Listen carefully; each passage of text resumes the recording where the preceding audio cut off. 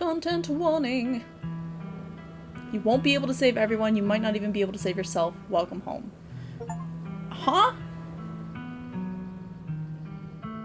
Oh, but I want to save everyone. That's not even fair. Alright, let's...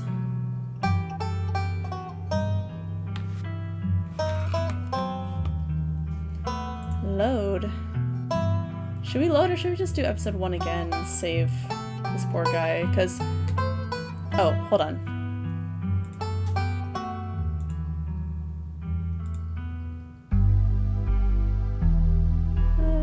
Let's turn this down just a smidge. Perfect. So I did a little reading. I found out there is a way I can save a certain somebody. So I kind of want to start all over. But it means I'd have to do a lot of stuff. But I think I can, like, kind of skip through a lot of it. So I'm gonna do that really quick. I know it's kind of cheating, but... powerful build. And talk to animals. Confirm.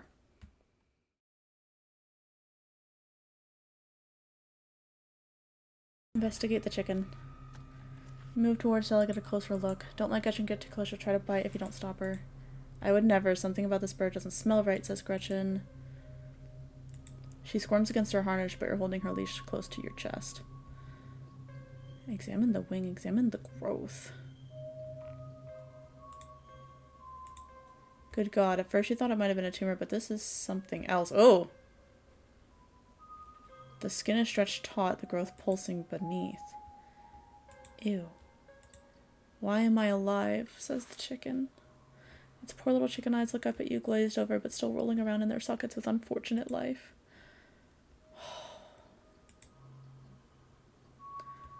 This is what Stella stepped on. The wing is barely still attached, but that seems to be the least of the chicken's concerns. Oh.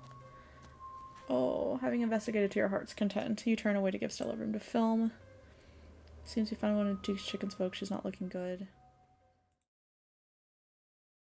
Alright. Alright. Tuck Gretchen under your arm and dive for the flashlight. That's what we're doing. Use your trait to get out of a sticky situation, episode 1. Porque no las dos, it says. You heroically dive forward, tucking Gretchen under one arm and grabbing the flashlight with the other. This is your moment. Every pull-up you've done, every hill sprint you've ran, every meal you've eaten, all of them have led to this. I'm telling you guys, this is why I work out too. To survive situations. It was more for the zombie apocalypse, but I said aim the damn thing quick. Light up the woods. Perfect. Nice. Just graze it. That should make it pretty quick, easy to track, eh, Stella? Yeah, blood trail's pretty hard to miss. Guess we know it wasn't mountain lions after all. Let's fucking save that. We saved his fucking life, dude! Didn't look like any cryptid I've ever heard of either. It's gonna be one hell of a video. We've got to go after them while we still have the chance. What happened? Did I lose myself again? I apologize for being so easily shaken up. I'll do better. Thanks for taking care of Gretchen, by the way. I can take her from here. You could have taken her before, being that you had nothing in your arms. Or poor Duke had his chicken and the gun. I'll be damned if I let her chase after those things alone. Alone, you have no choice but to follow Duke, Stella, and Gretchen into the darkness. Guess I'll die. Guess I'll die. I'm sorry.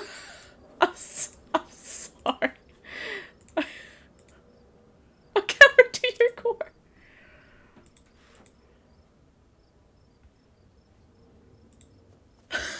Okay, no, we're gonna go back. I'm sorry, no. We gotta load. I just had to do it for fun. Go after them. I just wanted to see what would happen. As you push deeper into the woods, the unearthly sounds once again surround you. Keep running. Are you trying to get us lost? Slow down, says Duke. I think we're almost there. The trees are starting to thin out. Lord, that smell, says Duke. He's got a little birdie under his arms. The shrieks pull back into steady whispers as you, Stella, and Duke stumble upon the putrid bodies of dozens of dead and dying animals. What is this horrible place? We need to get out of here. A sinking realization pulls at your gut. This is their nest and you are surrounded.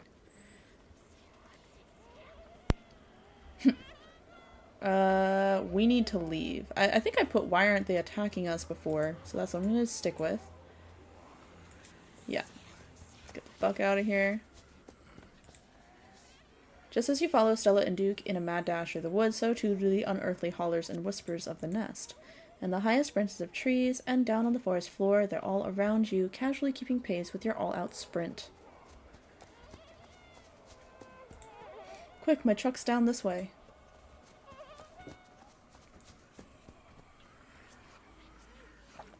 You make it to the road, but 3 of the creatures stand between you and Duke's truck. Oh, that's different. Okay. Clear a path to the truck. What are you waiting for? Duke, shoot them. You have to give them birdie. Oh, clear a path to the truck. Propel yourselves forward towards the creatures. Punch. Get out of there. Punch a ditchling. Squelch.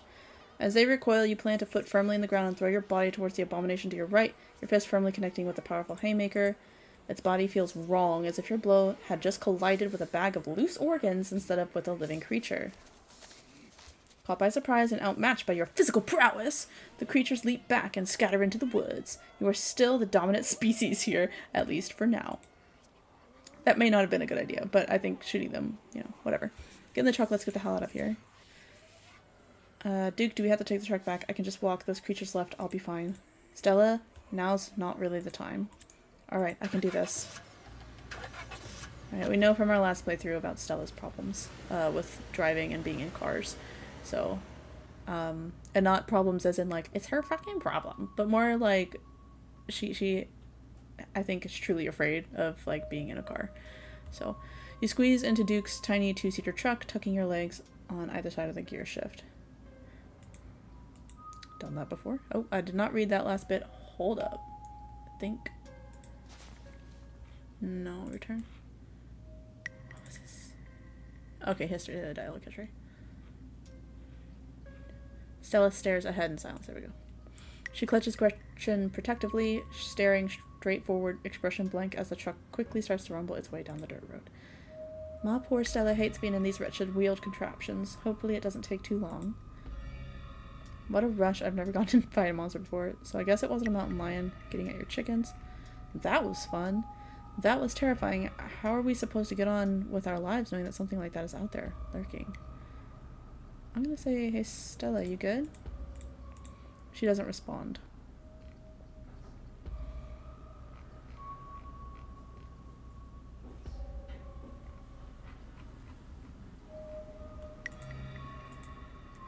You reach out and rest your palm gently on her shoulder. She jumps slightly at your touch, but you can feel some of her tension ease, and she lets out a self-soothing sigh. Okay.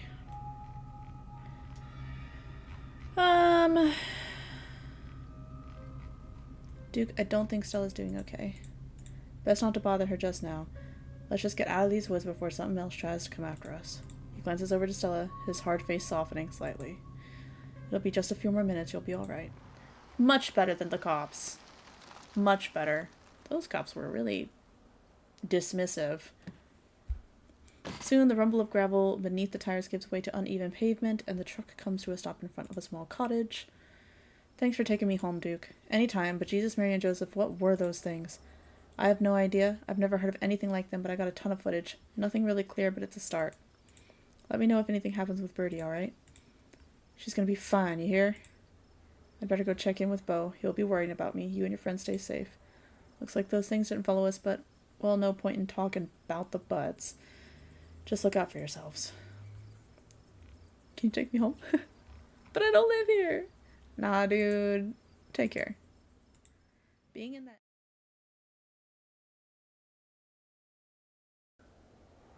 Alright. Hello, everyone. Welcome to Scarlet Hollow Episode 2.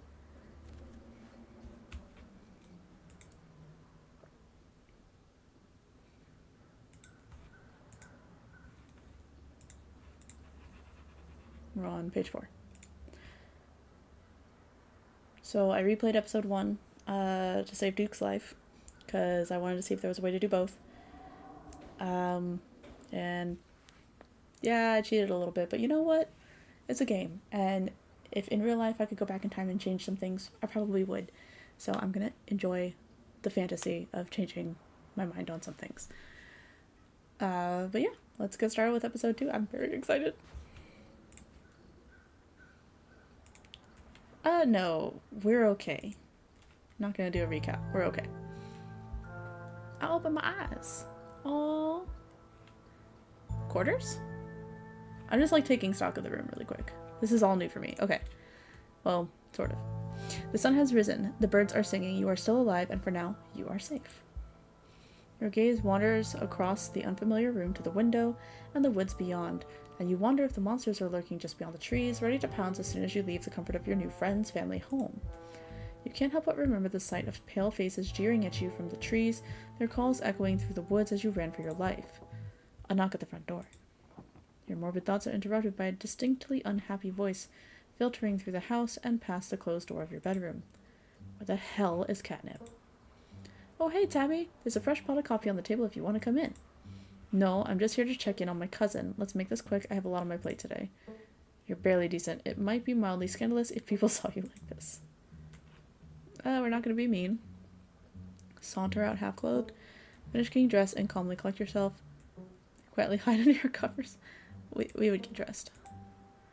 Calmly collect yourself while Tabitha fumes outside your door. Are you sure you don't want to visit for a bit? You don't have to run around being the big boss this week of all weeks. You should let yourself... I'm fine, thanks. Katnip, I know you're here. Where the hell are you hiding? Let her stew for a bit. Katnip isn't here right now. Walk out to greet them. Now sufficiently prepared to greet other civilized humans, you open the door and join them in the living area. Ooh, let's take stock of the room. Okay. Richmond? I think that's her last name, if I'm right. I love the plants and the pictures and, of course, the Gretchen with the big pillow. Nice kitchen. Lovely home. Oh, and a little chest for an entertainment center. That's cute. Gretchen excitedly looks at you and wiggles her tail. I simply must say what a joy it is to see that you're finally up. I do hope you're well rested. I'm probably saying it so wrong. And that you don't mind our most unfortunate guest. I'll get the accent. I'll get it eventually. Morning, how'd you sleep? What exactly did the two of you get up to last night? We went up to the woods to film a video. Never mind. I don't actually want to know. Alright, Tabitha. Aw, Estella's sad.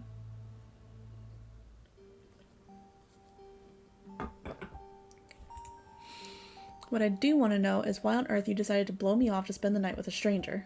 Blow you off? You were gone, woman. Hey, don't be so hard on Katnip. I asked her to crash here. And last night was a lot, Tabby. There's something horrible out in those woods, and I don't think anyone in this room wanted Katnip walking up that mountain alone last night. Stella, would you mind giving me a moment alone with my cousin? And while you're at it, please stop calling me Tabby. We're not in high school anymore. Yeah, alright. You're not gonna let her treat my dear Stella like that, are you, Katnip?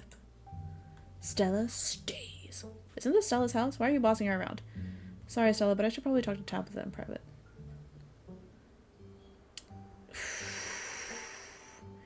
Can't I be nice for both of them? Guess not. I have to choose. Tabitha's being kind of mean. This is Stella's house, and I understand that she's worried, but, like, Stella's right. Last night was a lot. I'm just gonna be like, why are you bossing her around? Come on, Tabby, no berating guests in the Richmond household.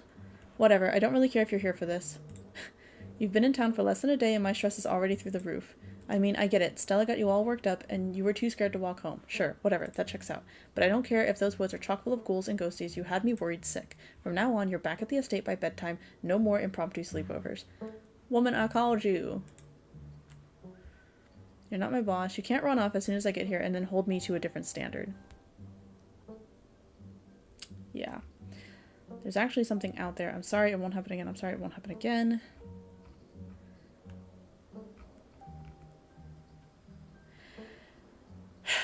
Yeah, okay. So she invited us to this funeral.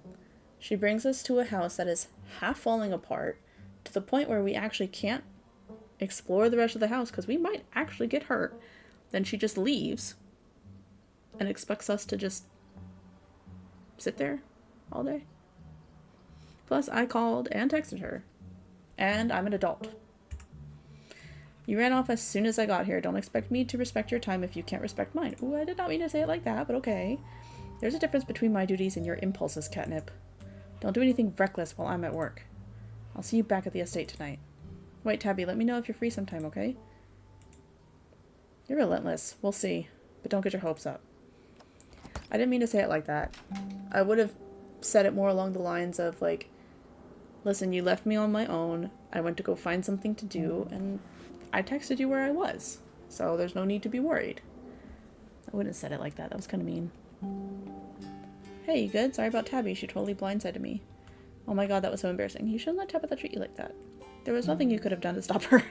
I think she means well. I'm good, but how are you? That was a little tense. Please warn me the next time my cousin's out for blood. There's nothing you could have done to stop her. I think that is absolutely true. That was a little tense. I think we're in the same boat. I probably should have known Tabby would have been stressed about you spending the night here, but I haven't seen her in a while. I didn't think she'd actually come all the way down here. It sucks that this was probably the longest interaction I've had with her since high school? Girl. Y'all are in a small-ass town, too. Anyway, sorry for that rude awakening. I've been up for a little while, but was hoping to let you get a little extra sleep.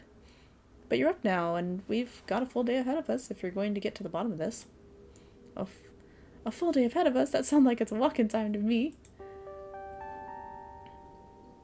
How are you so chipper? Last night was a lot. Ha! I guess it was pretty gnarly, but those ditchlings are exactly the sort of thing I've been looking for my entire adult life. That is fair. It's not like anyone got hurt either. Not this time. Except for those poor critters in the woods. You shouldn't just bury your feelings like that. Let's... Oops. Let's save. Alright, boss, what's the game plan? Do we have to look into this stuff? What if we just skipped town and ride things out? No, that's a coward's way. Should I say you shouldn't just bury your feelings like that? Or should I just... Maybe this, like, you know, I mean...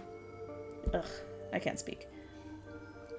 She's obviously very excited about the cryptids. I mean, she sees them now. Like, we have actual video evidence, which is pretty cool. So of course she's gonna be excited about it. I shouldn't just assume she's burying her feelings. She probably is burying her feelings about some things, but in this playthrough, Duke didn't die, so there's not too much, like, sadness right now. So let's just move on. Game plan. Let's go. We're partners in this.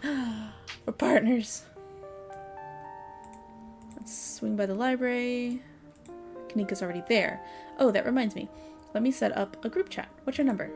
You and Stella exchange numbers. Stella, unknown number group chat. Hopefully, we can find out more about ditchlings from some of the older local books there. I've also got a couple of threads cooking on my cryptid forums, but who knows if that'll pan out. Anyways, daylight's burning, so let's roll out as soon as you finish getting dressed. Need protein. Probably should get some food. Don't worry about it. I packed all sorts of snacks for the day, and Oscar totally won't mind if we eat at the library. Alright. I'm not gonna say those snacks better be good, but I'm getting free food. I ain't gonna fucking... The walk to town was short. Stella's house is barely a stone's throw from what remains of Scarlet Hollow's once bustling main street. You shudder as you stare down the thoroughfare, both from the chill of the morning air and the all-too-present memories of everything you witnessed last night. You see that building labeled Town Hall? That's actually the library. Oh. Well, it's also the Town Hall, but that's just a small upstairs office nowadays. I guess this town's not what it used to be. That and our mayor's really into going on walks. I think there's actually going to be a meet and greet later this week. Could be just the pick-me-up we need, what with everything that's been going on. Stella may be fond of him, but I certainly didn't vote for that beast. I'm gonna say it. Gretchen doesn't seem to care for him. Alright, I know you've joked about it a couple of times now, but I'm actually starting to believe you can understand her. Gretchen absolutely can't stand Mayor Jimmy. Avery. Oh, hey! It's Avery! Morning, Stella, and same to you, Katnip. Speak of the devil, we were just talking about you, said Sybil. Coming from Stella's, huh? Did y'all have a slumber party? Oh, she blush.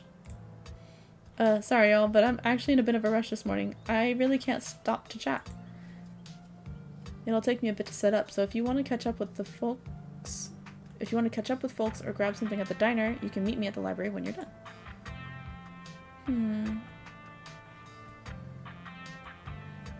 Oh sure, see you in a bit, Stella. Gesture that you'll catch up with Avery and Sybil. Feeling an early start seems important. Oh, so we can like get to know everybody else. Or just go with Stella. I mean, Avery seems really cool. I'm gonna catch up with Avery and Sybil really quick. You gesture towards Avery and Sybil and give Stella a thumbs up. Cool, see you soon. Okay. Whoa, she always has time to chat.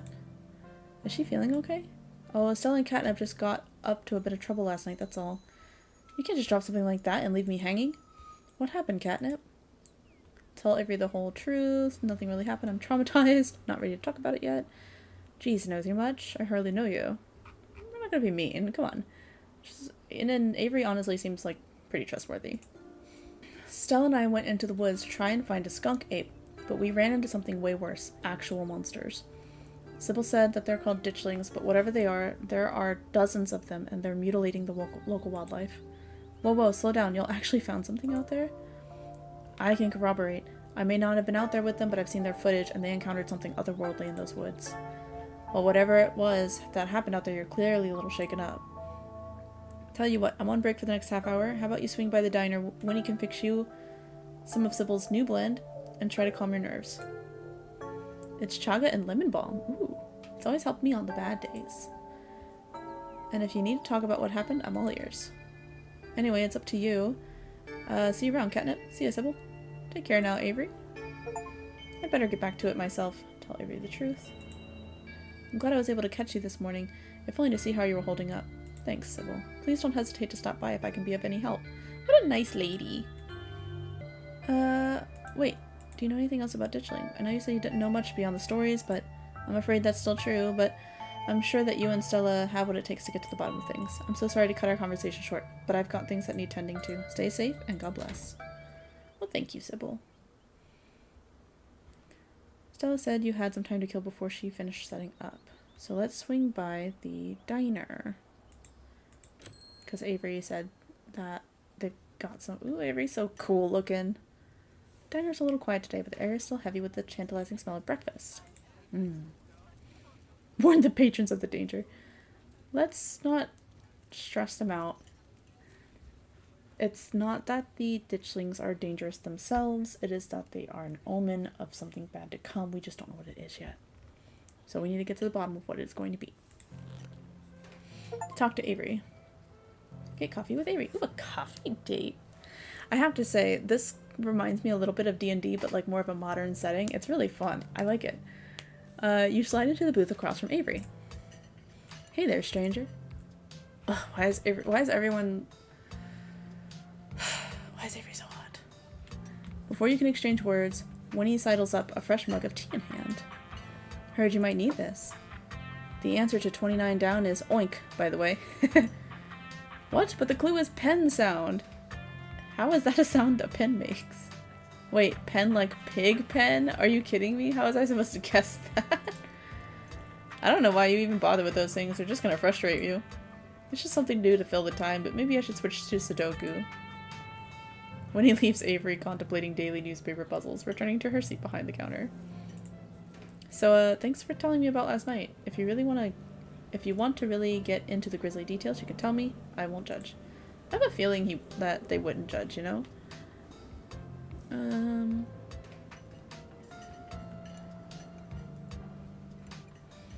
gonna try my tea first. Tastes like you're drinking mold that someone tried to unsuccessfully spruce up with lemon balm.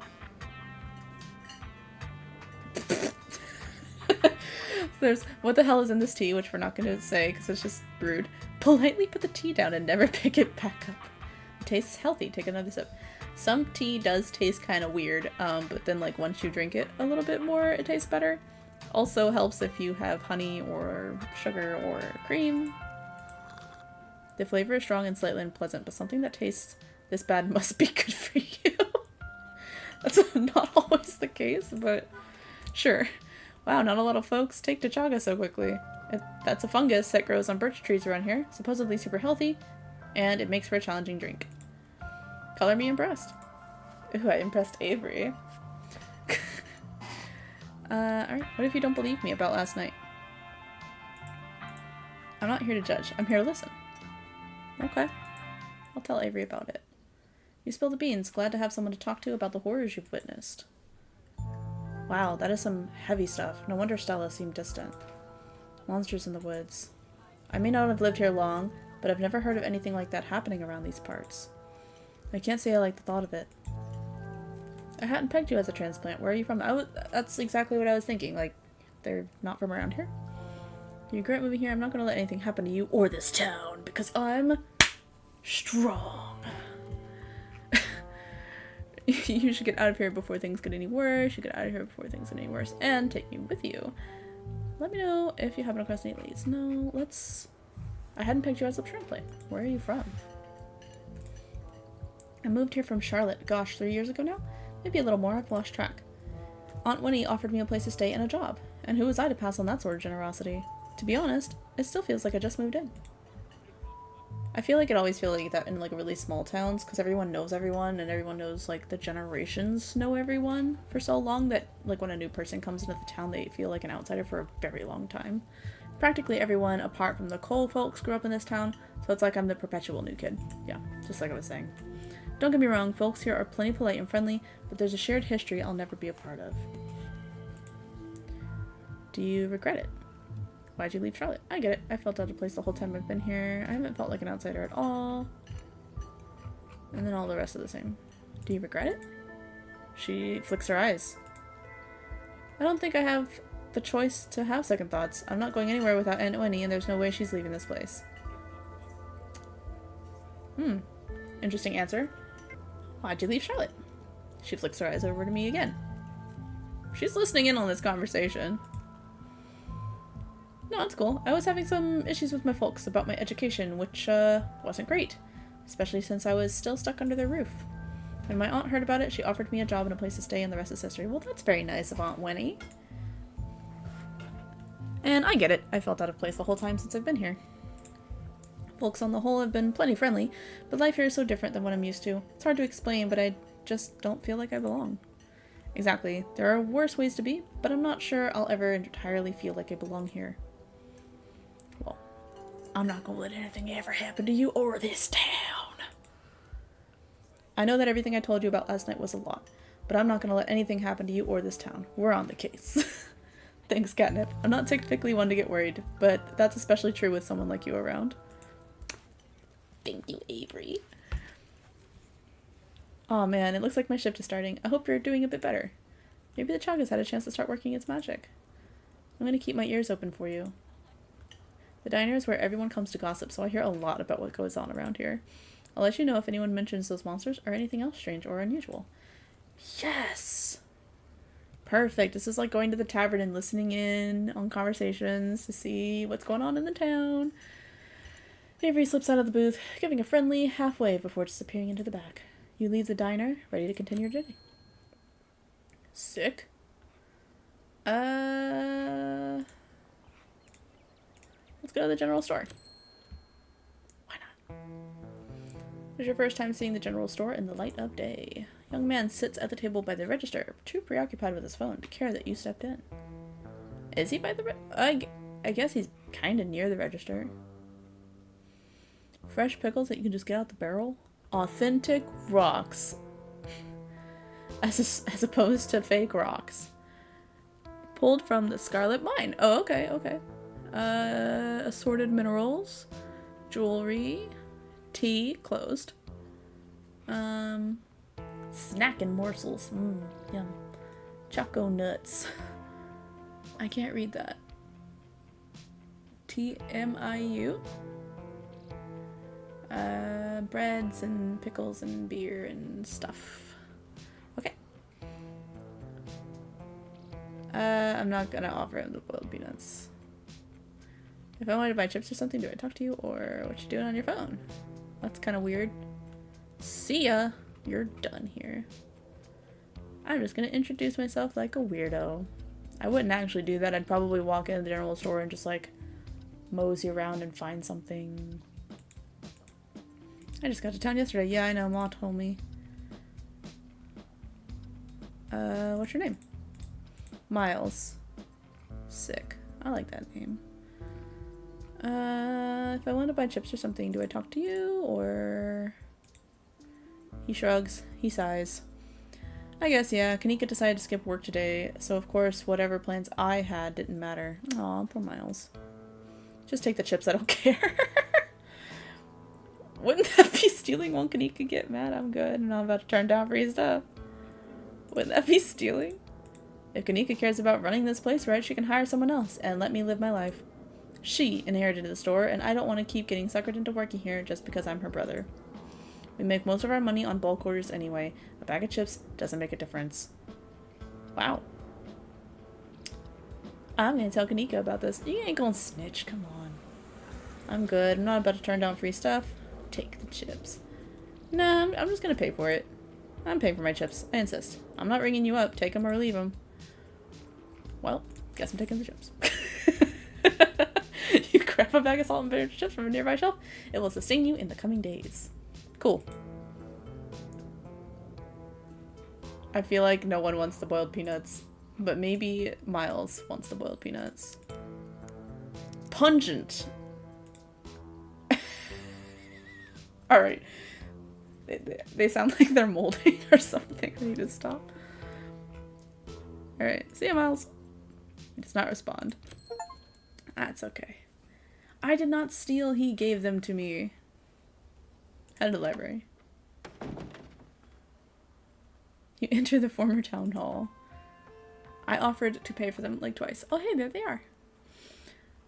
What once must have been a stately foyer has since been converted into rows of shelves. Meeting rooms and offices long ago gave way to assorted reference collections and reading areas. Alright, let's explore this. We've got the reading adventure. Beautiful shelves. Some pictures of either the town hall or what looks like a church. Okay. People in a circle around maybe a fire. This one's interesting though, with the fire in the back and some, it looks like miners carrying someone on a metal beam that's tied to a metal beam, and he is screaming and upset. And the children are happily skipping alongside. I don't know.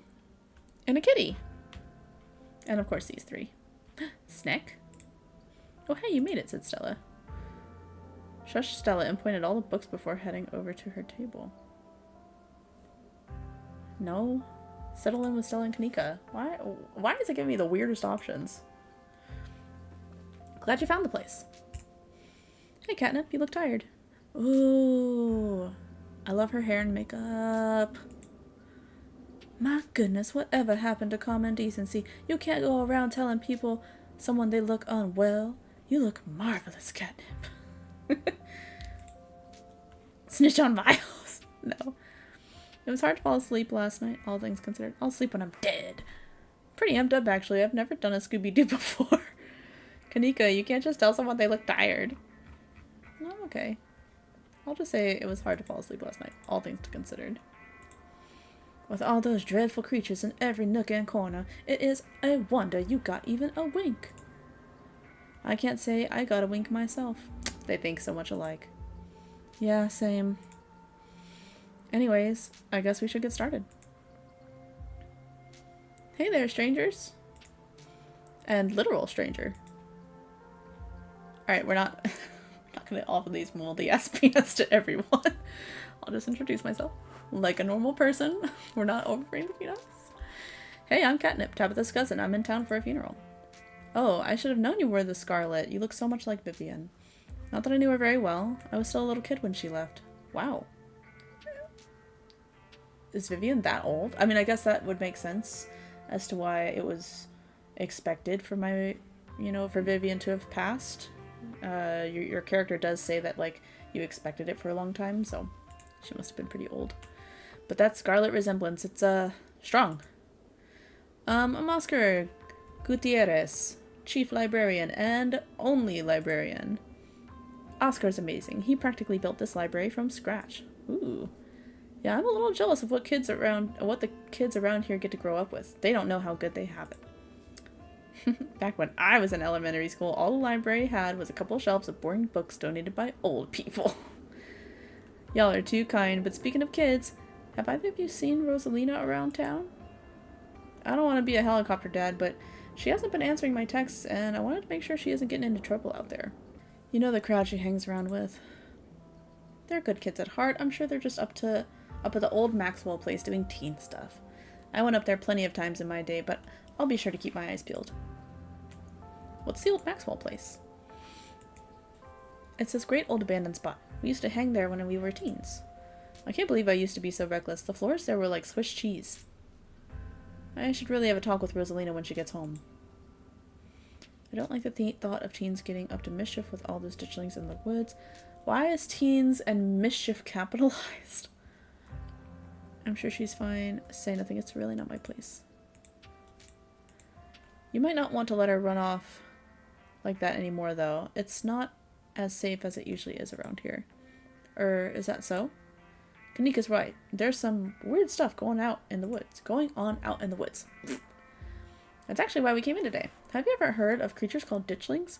They're a type of cryptid that shows up around places on the brink of disaster. They kind of look like if the Pillsbury Doughboy was a creepypasta. Kanika's mom told us about them last night after seeing some footage we got in the woods. Ditchlings? Doesn't ring a bell. Dang, worth a shot. Okay.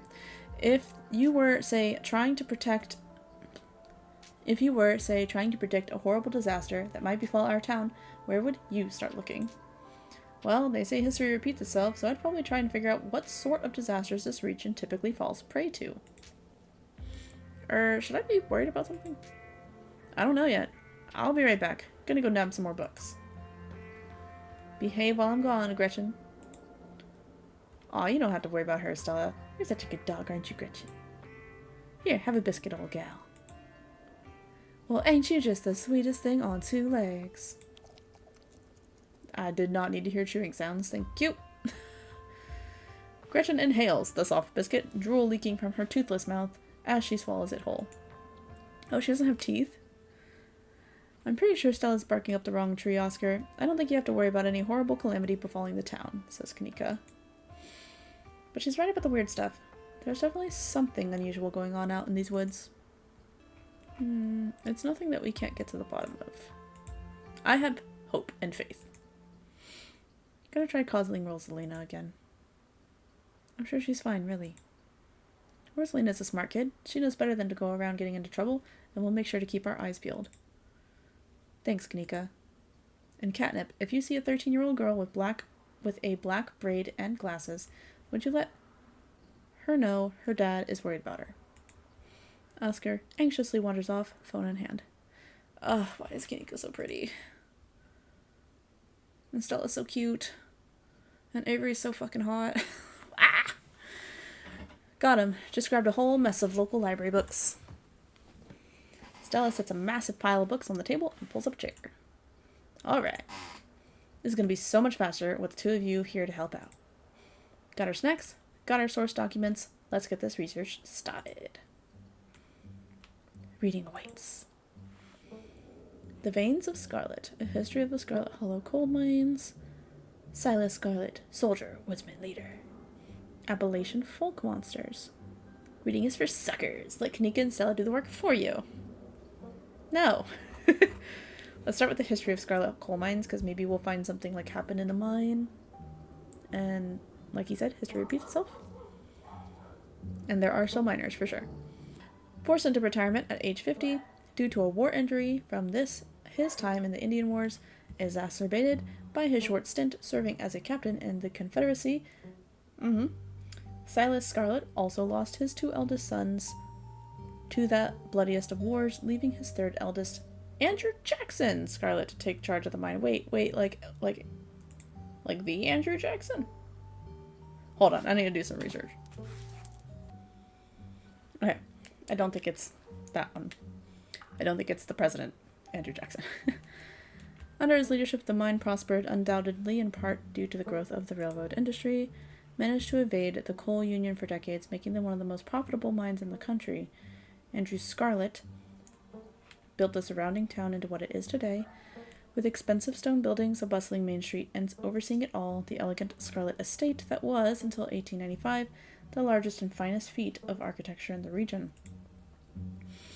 Culminating in the tragic collapse of 1918, it was found that Charles Shaw, the co-manager of the mine, had loosened security measures to increase production during World War I, resulting in a fatal collapse and the death of over 160 men and boys, some as young as 10. Wow. The casualties included Andrew Jackson Scarlet's son Theodore, his brother Enoch Scarlet, who had taken over for their aging father during the bustle of the war, managed to pull the mine from the brink of ruin, thereby saving the town. Okay. So, the original Scarlet lost all of his sons except for Andrew. And then Andrew lost his son Theodore. Is it, when they say his brother Enoch, do they mean Andrew's brother Enoch, or Theodore's brother Enoch? My guess is Enoch is Andrew's son. So this is how your family made its fortune. Okay. So there was a horrible, mine collapse. Why is Gretchen so cute? Okay, let's learn about Silas Scarlet. Was born to Colonel Everett J. Scarlet in 1818, one of 12 siblings. Grew up in eastern North Carolina during the tumultuous time in the state's history, and not much is known about his life before he joined the Army in 1836. Quickly rose through the ranks, in part due to his father's connections, but also due to a particular ruthlessness, for which he received the nickname Bloody Silas Scarlet.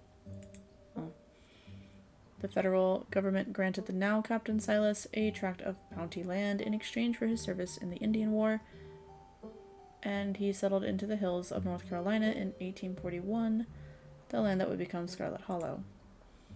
But it started as a simple log cabin, built by Silas's own 2 hands, occupied by his family of 10. Silas, his wife, Mary Joseph Scarlet, and their 8 children. Logging business brought many workers and fellow landowners to the hills, but it wasn't until Silas discovered rich seams of coal running underneath the entire region that Scarlet Hollow was really put on the map. He saved what he could and bought the surrounding hillside at a great discount, cleverly hiding what he knew about the land's true value. Thus, he had all the resources to found Scarlet Hollow's now famous coal mine. You're finished. Okay, we can read them all. Oh my gosh. Tallypo. Tommy Knockers. Wampus.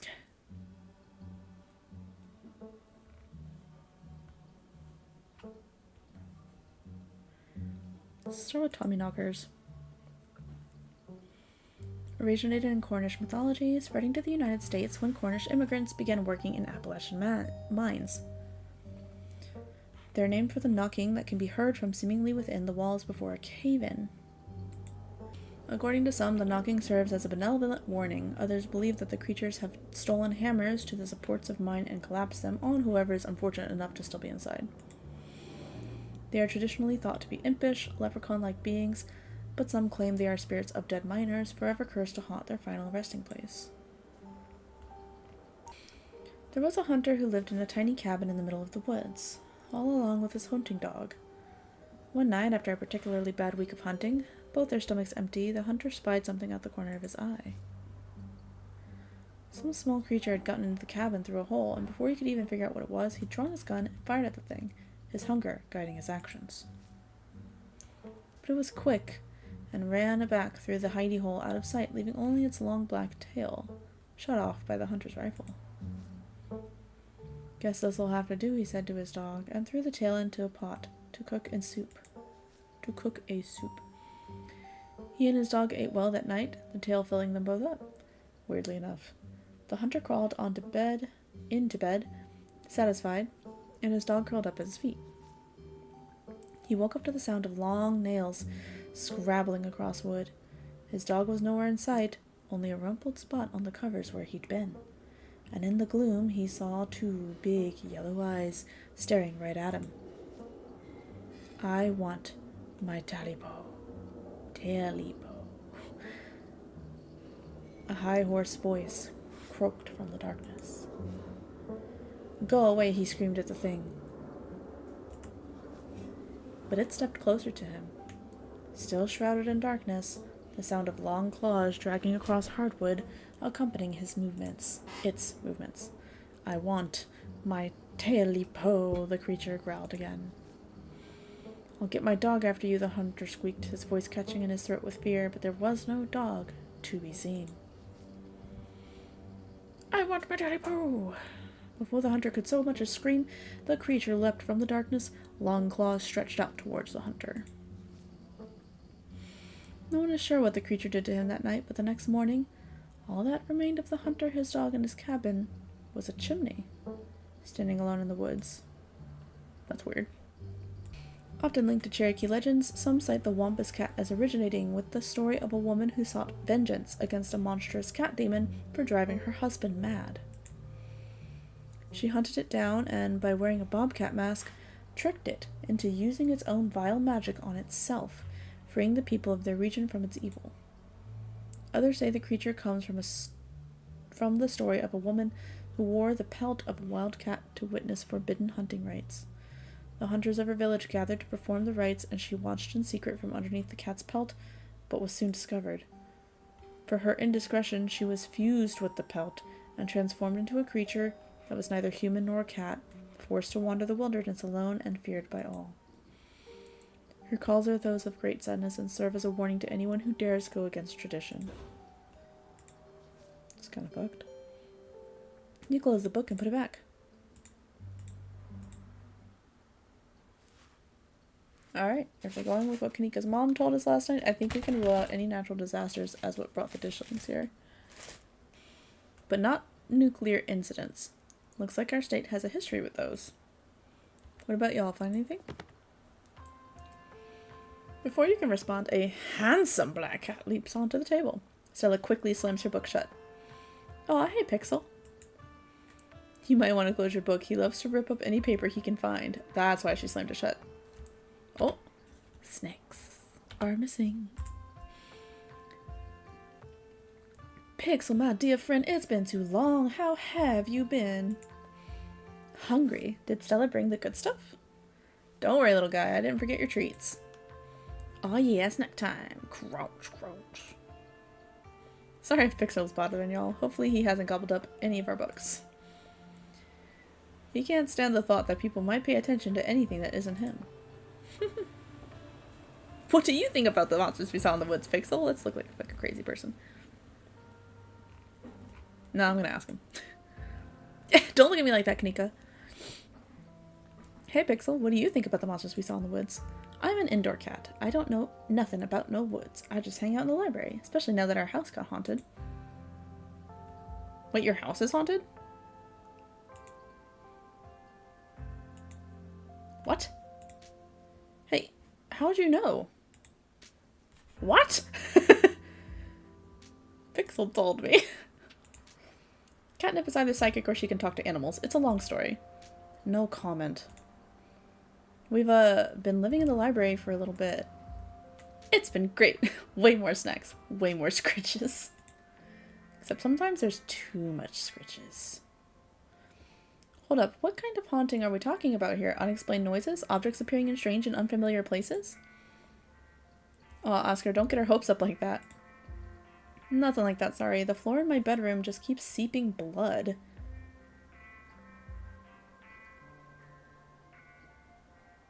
And I've seen a strange figure in the hallways a couple times. I'm sorry. Her question was like, oh, creaking noises, things appearing and disappearing, like pretty harmless. And you're like, oh, no, it's nothing like that. My bedroom just keeps seeping blood. You know, the usual. Wait, you've seen a full body apparition? Can I see it? I'm sorry, you don't care about the blood seeping part? Stella, it's probably just a dirty pipe or something. You can test it though. Kanika. But what if it's a ghost? It's totally a ghost. Let's go bust it. It's worth looking into. I'm with Kanika. That's probably a very normal, very boring explanation. It's worth looking into. Y'all are more than welcome to check it out. Maybe tomorrow night? Yes, we'll be there. Yeah, that sounds like a fun way to spend an evening. Can't wait to get spooked by some creaky pipes. And I'm not gonna talk about the paper shredder. Oh, what a cute kitty. Alright, I'd better get back to shelving. Let me know if y'all need anything. Any luck with Rosalina? Stella, what was that you were saying about nuclear incidents? Do you think there's a cult here?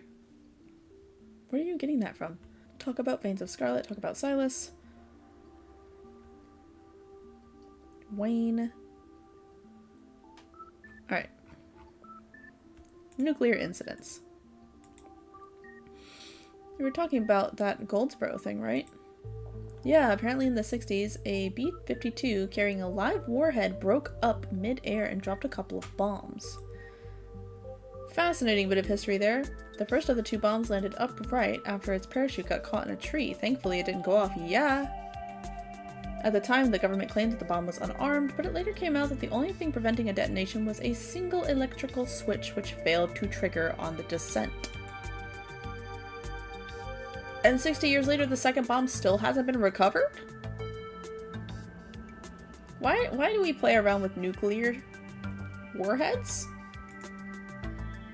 Right, it's conventional explosive disintegrated in midair, but most of the nuclear material was made unrecoverable by flooding. If I remember correctly, they just buried it and sealed it up. I'm sorry, did they say they buried it? Do y'all need something dug up? Cause if so, I'm your gal. I don't think disarming nuclear bombs is part of our skill set. So the nuke made the ditchlings. If the bomb is somewhere else, why would there be so many ditchlings here? Yeah, I'm gonna say I don't think disarming nuclear bombs is our skill set. Absolutely not. Also, Goldsboro is almost 400 miles from here. I think we're good. I'm just saying, you never know with radiation. We actually know quite a bit. It just melts you, it doesn't make monsters. And a 60-year-old bomb isn't going to explode on its own hundreds of miles away and kill us here. You never know, there could always be a whole underground society of bomb-worshipping mutants just waiting to blow it up. I've missed this. Any luck with Rosalina? Do you think there's a cult? Let's talk about the books for a second. Visibly shudders. I get cold sweats just thinking about being in a place like that. I feel for the guys who work up there. I could never. Speak for yourself. I love a good crevice. Alright, Stella. What happened after the mine collapsed? The book just kind of glosses over that. There was a union for a little bit, but it didn't last. There's not a whole lot written about the past century here. Yeah, the Scarlet Hollow mine isn't exactly the most ethically run business. Yeah, I'm getting that sense. No offense or anything, I'm sure Tabby runs the mines better than Charles Shaw did. Still hasn't let the union in, though. There's a reason she and I don't talk, says Kanika. And Stella feels kind of awkward, I can tell, just being in the middle there. A union-busting mine collapsed from poor working conditions. Color me shocked. Bone to pick with Charles Shaw.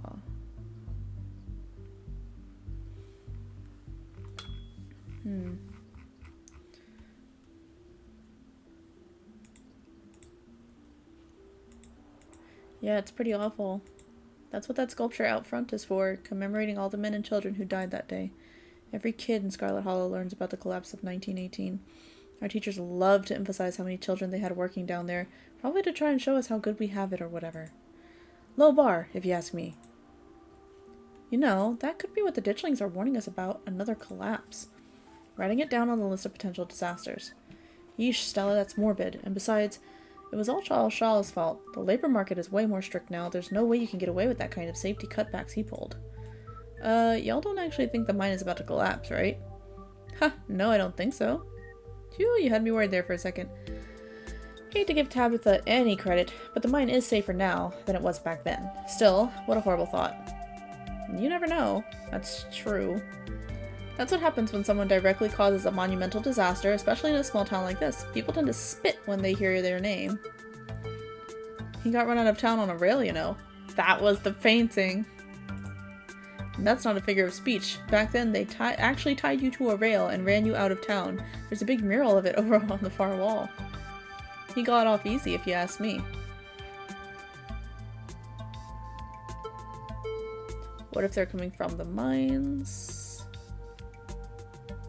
Wayne seems sick.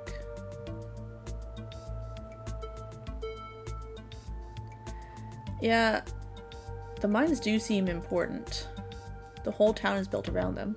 Yeah, that's fair. They're bound to be relevant in some way. Hard to argue against that, but that doesn't really give us much to go on. And just because something seems obvious doesn't necessarily mean it's right or relevant. Alright, let's talk about Silas Scarlet. I guess he was a product of a different time. Who knows what future generations will think when they look back on us. Self-made man, seems like a great dude. No.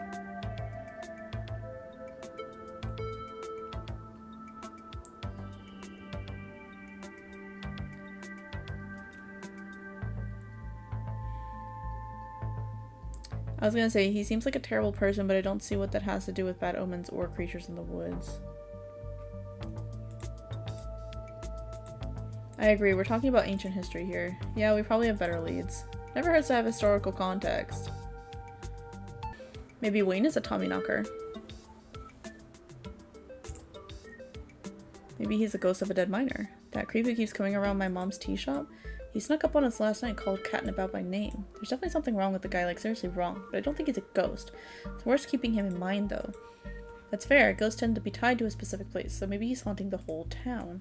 He's not a ghost because ghosts aren't real. I've also seen him, like, touch stuff. It scared me so bad I didn't eat soup for years. I thought a monster might try and dig it out of my stomach if I did. I love that one. There's this old chimney in the woods that I used to think was the chimney from Talipo. The one that was left after the thing did whatever it did. Now I know that's just because chimneys don't burn down and how wooden houses do. That doesn't mean it's not the chimney from Talipo. I've camped out there a couple times, seen some pretty spooky stuff. Oh yeah, I watched that video. You saw raccoons. You're gonna get rabies one of these days chasing after wildlife like that. What can I say? I like to live on the edge. Wampus cats kind of sound like they could be mountain lions. Voice like a woman crying out, somewhere between person-sized and cat-sized. Definitely, they are 100% mountain lions. Kanika, you know there are no mountain lions up here. I thought you were supposed to be a skeptic. Oh, Stella, one of these days you'll trust us. The myths are old, right? Mountain lions didn't go extinct in the Appalachians that long ago. Those legends just haven't died off yet. Almost every cryptid can be tracked down to either a hoax or something getting confused about a perfectly normal animal. Sometimes both. Bigfoot, for instance, started as a prank, then folks saw bears walking around on their hind legs and got freaked out, and now here we are. You'll eat those words when I get the first clear footage of a Bigfoot. If you manage that, I will print out a piece of paper that says Bigfoot isn't real and literally eat it, I promise. I'm holding you to it.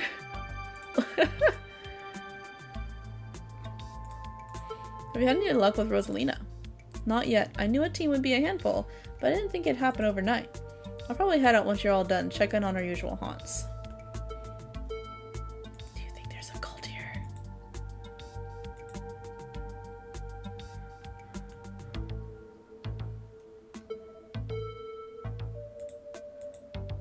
It's part of a ritual or something?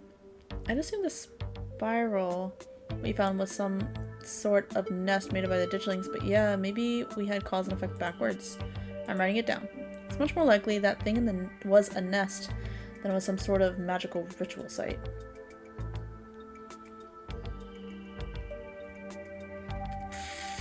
Ooh. That's a hard one. Okay. Should we check out the mines? Go into the woods, look for Rosalina, or what do y'all think?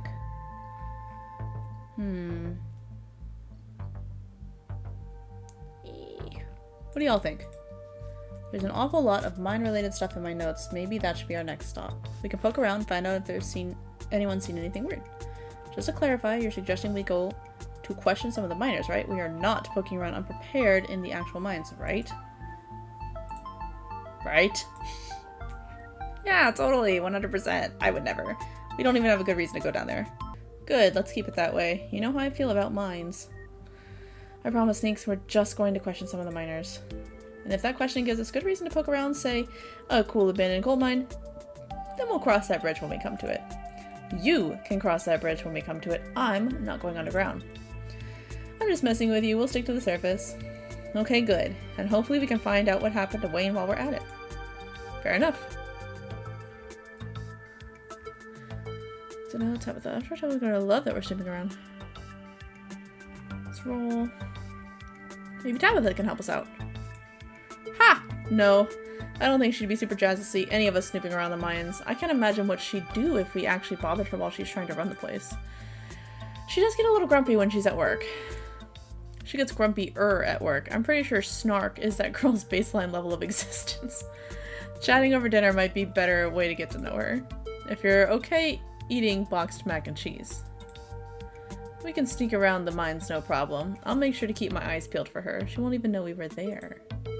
Look at us going out on a caper together. I miss this. I missed it too.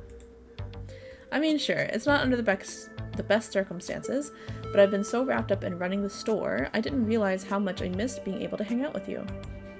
Though, there is something missing. Reese, they both say.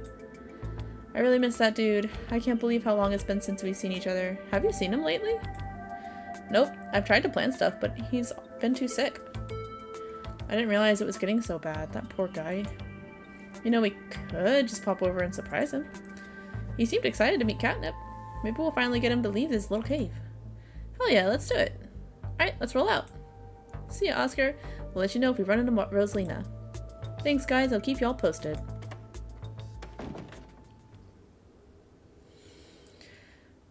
Reese's home stands at the edge of the forest wall, an isolated buffer cushioning the rest of the town from an unending wilderness. Reese, it's Stella. I brought some buddies, too. Shh, not so loud. He's still sleeping. Can I help you with something? The woman in the doorway stares directly into your eyes. You can practically feel her simmering irritation washing over you. Hi, Dr. Kelly. We were wondering if it would be okay if Reese could come hang out. Okay, her hat's amazing. Also, her, like, mesh kimono. Or, what's it called? I know the word for this. Camisole is not it. What is it? It's a thing. It starts with a C. It'll come to me. Hi, Dr. Kelly. We were wondering if it would be okay if Reese could come hang out. Nothing strenuous, we promise. I'm not going to wake him up. If he's sleeping, he probably needs it. Whatever you two have planned is probably beyond what he can manage right now anyways. Oh no, poor Reese. It's just been so long since either of us have gotten the chance to hang out with him. I'm sure he and Katnip would get along super well too. No. Hi, I'm Katnip, Vivian's kid. Stella, if Reese is that sick, we shouldn't be dragging him along on adventures. Yeah, nothing strenuous here at all. Hi, I'm Katnip. I know who you are. The way she avoids looking at you as she speaks make you feel like you've done something wrong, even though you're pretty sure you've done nothing at all. Reese's mom turns back to the house, sighing. Sorry, I know that was a little rude. You just want to hang out with Reese, and he misses both of you too. She sighs again, as if deciding whether to finish her thought. He's usually feeling his best around mid-afternoon. Why don't you come over tomorrow? We can have some supper, and y'all can hang out for a bit. I don't promise that he'll be perky, but I'm sure it'll brighten his spirits to see you two again. And I suppose you can come too, Katnip. That would be great. I can bring a side dish, maybe deviled eggs. Does he still eat those? No, eggs are a little much for him. They don't settle well. You can leave the cooking to me. I know what he can handle. Okay, I'll bring soda then. That's not... Okay, yes, fine. You can bring soda. Nothing with caffeine, though. Ginger ale, preferably. Oh, and leave the dog at home. She might cheer him up. You know they have those therapy dogs in hospital? No dogs. Why, I never. The absolute gall. Thanks so much, Dr. Kelly. We'll stop bothering you now. See you later. Dr. Kelly nods in acknowledgement and quickly shuts the door. The sound of several locks clicking into place can be heard from within. Several? Why? You're in a small town. It's not like people come and busting into your house. God, that woman makes me so nervous. I remember she used to be so nice and carefree when we were kids. She always had the best stickers when we had to get our shots. Maybe she's just stressed about Reese. Or maybe she's just nice to kids. Either way, I guess it's just the three of us. You gonna drive? Yeah, sorry. I don't like the thought of going up there without the van. Cool, I'll take my shortcut then. It shouldn't take long for me to get there. You're welcome to tag along, Katnip. Don't worry, I won't be offended if you rather ride with Kanika. I'm sure you're probably sick of the woods. Either way works for me. Alright, Stella, what is actually up with you and cars? The mine's gotta be a ways off, right? Don't worry about it, Katnip. There's a lot of junk in the back of my van. It gets a little tight with more than 2 people. Okay. Well, I feel bad about making her feel bad. I'm gonna walk with Stella, just so she's not alone going through the woods. Though, Kanika... I want to spend more time with Kanika, too. Oh, this is a hard choice. Okay. It's a hard choice. Should I walk with Stella or ride with Kanika? I don't know. You know what? It's my strong build. I should hike. More hiking is good. We'll meet you there. The woods are calm and serene compared to last night, though you can't help but get the feeling that danger lurks just beyond the trees. Thanks for coming along with us. With Gretchen and me, I mean. I had a lot of fun hanging out with you last night, but it was also kind of an objectively horrible experience. I was a little worried you'd bolt first thing in the morning. I guess it's hard not to feel a connection after going through something like that together. I feel it too. That's cheesy, I would never. Yeah, we just met, but I already feel like we're such good friends. Don't get too attached, I'm just here for the mystery. I feel it too. Oh yeah? I'm glad you feel the same way. Blush. The conversation comes to a dramatic halt with you, Stella, and Gretchen all rolling around to face the source of the sound. A bird, let me at it. I can get it. Oh god, no. Back off, dog. That's my stick. Whoa, calm down, girl. It's just a bird.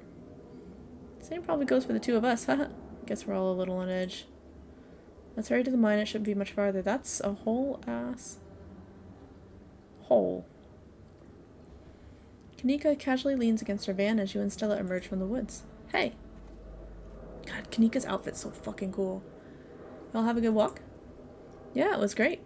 I mean, not that you were missing out on anything. You didn't run into any of those creatures, did you? No.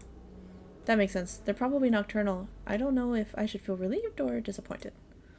But we're all here. What's the plan? I guess we just go talk to people. This is interesting. It's just straight up open, I guess. I guess so. I should probably be on lookout duty, said Stella. I'm a bit of a persona non grata in the mines. An unacceptable or unwelcome person. Unwelcome, eh? Tabitha? Yeah, I might have tried sneaking in to talk to her a time or two. Too many. And Gretchen makes it extra hard to be sneaky. What can I say? I thrive in the limelight. Look at her goofy ass face. We're probably less likely to get caught if only one of us is snooping around down there. If Stella's on lookout duty and only one of us is going in, what's the third person doing? You know those cheesy rom-coms where someone wears an earpiece on their first date? Whoa, do you have some kind of surveillance rig in the back of your van that I didn't know about? What? No. I have a pair of earbuds with a really good mic. We can just do a group call. I'm sure I'll fit right in with a bunch of burly coal miners. You're gonna do great, says Kanika. Here's those earbuds I mentioned earlier. We can feed you questions if you get stuck, and Stella can give you a heads up if Tabitha's headed your way. Dang, I've missed doing this sort of thing with you. You're so thorough.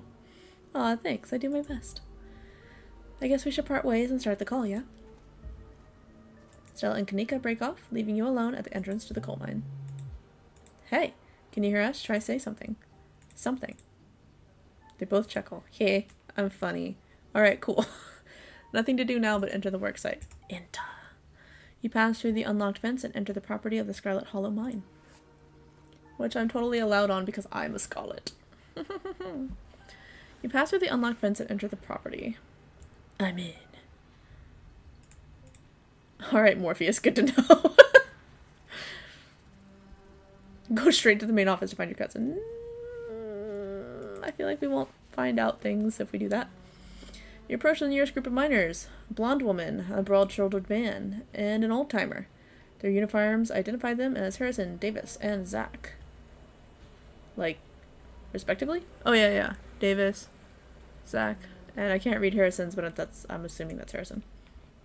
You got a reason to be bothering us. Hey, I'm Tabitha's cousin. Seen anything weird lately? Do you know anything about a guy named Wayne? Y'all should get out of town. So I met this guy on a bus.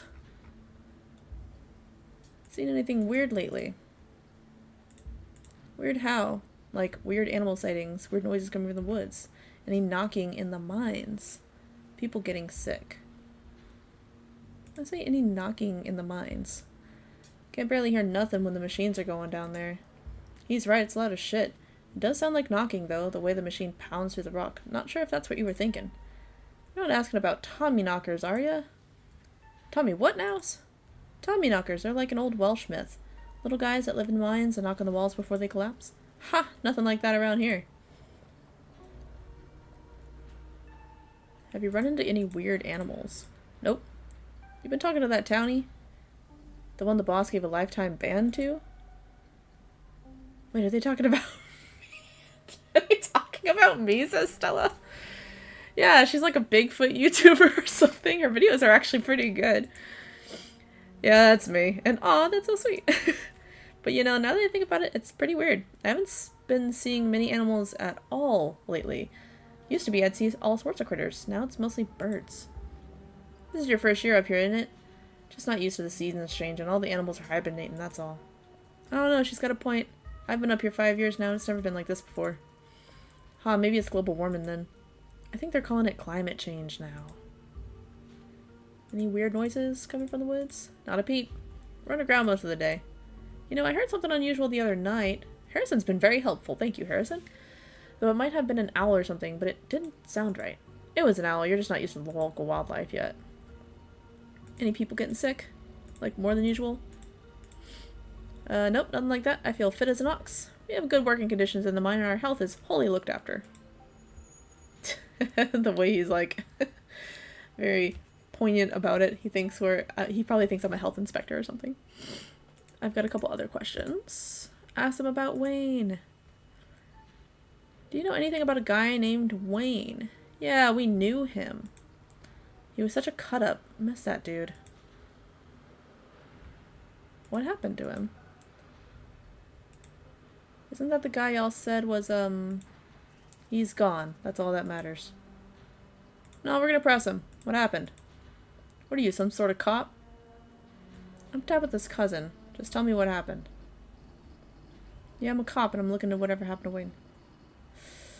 I'm Tabitha's cousin. I'm here for the funeral.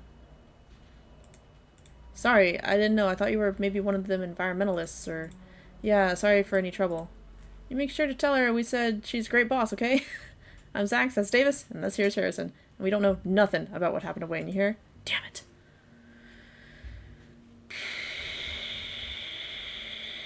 I'm a safe scumming, guys. Sorry, I'm safe scumming.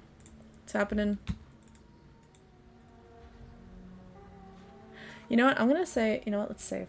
Actually. Yes, overwrite it. I'm gonna say he accosted me last night. Wait, what? No way. Isn't that the guy y'all said was, well, I guess he's still around. But accosting people at night? That doesn't sound like him at all. Yeah, press them. What do you think happened to him? What are you, some sort of cop? Just... Fucking, just tell me what happened. Fuck off. Hey, Zax, come on, man. No, I've been here decades longer than you, and I know bait when I see it. Let's get out of here. Our shift's about to start anyways. Sorry. I'm gonna try something. Yeah, I'm a cat. It doesn't work. Okay. So they just won't tell you. Alright.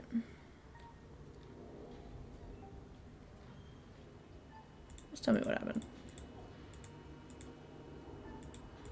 Sorry, says Harrison. That's okay. Maybe it was just me, but they seemed to think Wayne was dead, right? It wasn't just you. Don't worry about the miners storming off like that. That's some pretty good info.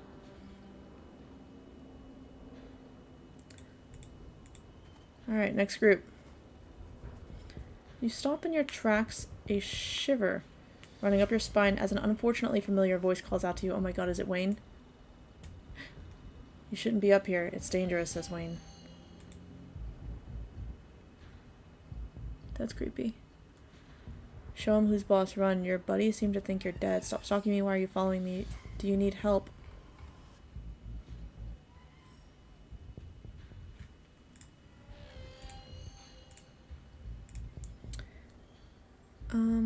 Your buddies seem to think you're dead.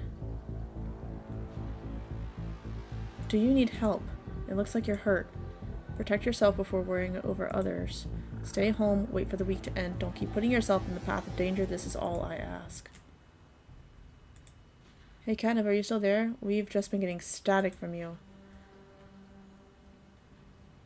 Wayne just got the jump on me. Oh, I thought I saw you talking to someone down there. Are you okay? He told me to stay at the estate for the rest of the week. I wonder why. This just means we're on the right track. I'm not about to back down. Oh, let's do the explore one. That I'd be safe there. Why would he tell me that? What the hell is that supposed to mean? He must have been threatening you, right? The plot thickens. This just means we're on the right track. I'm not about to back down. Wayne trying to make me leave just means we're on the right track. Whoa, so brave. Heck yeah, Katnip, we've got your back. Find top of that. I'm gonna find out. She deserves an actually we should regroup. I only thought spend more time here. We're just talking. We ain't doing nothing. Hey there, can we help you with something?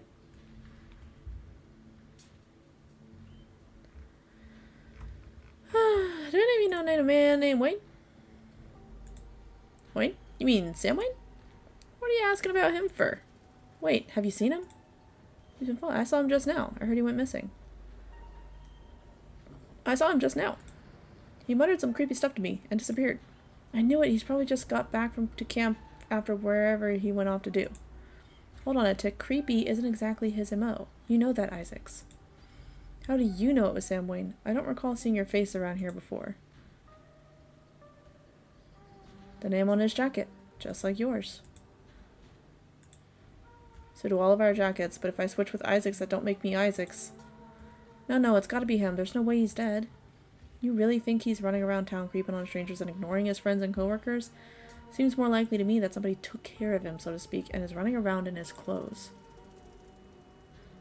Whew. That's not possible. That's ridiculous. This is messed up. But who would do something like that? I don't know. Why don't you ask his girlfriend? Yikes, do you think? No way. Just saying, he wasn't exactly the first fella to fall for her charms. Lots of heartbreak in that woman's history. Lots of jilted ex-lovers, if you catch my drift. Dang, who are they talking about? I told him not to get involved with her. I told him.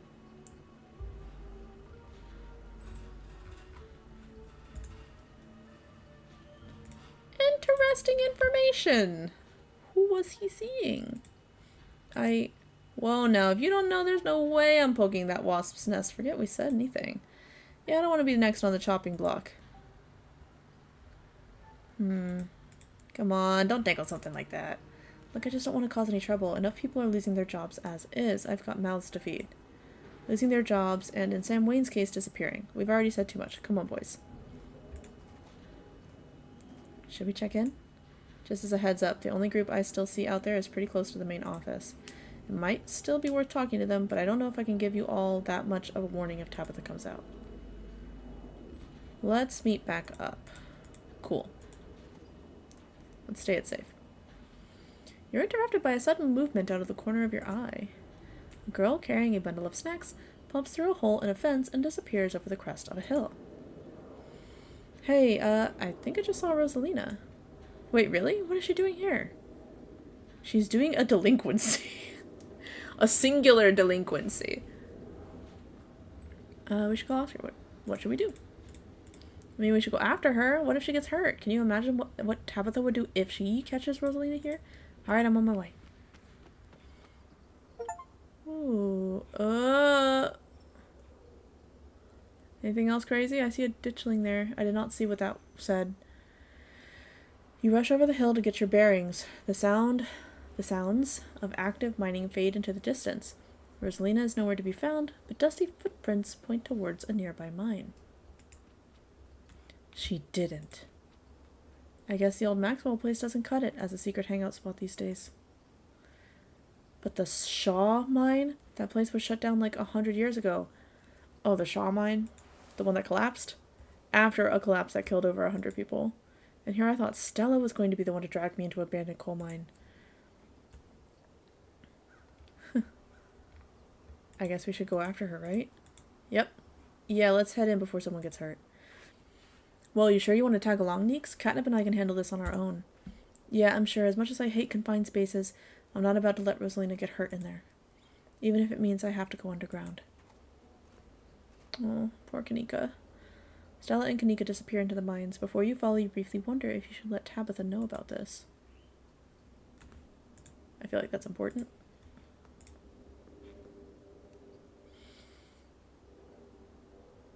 Should we call her? I think we should call her. What is it? I'm in a meeting. A kid just snuck into the Shaw mine. I figured you should know. What? Are you serious? Why do these things keep happening to me? Also, why do you know about this? What the hell are you doing at my mines? Ugh, whatever. I'll head over there as soon as I can. Just stay where you are and wait for me, alright? God, I don't even know why I'm trying to reason with you. It's not like you'll listen.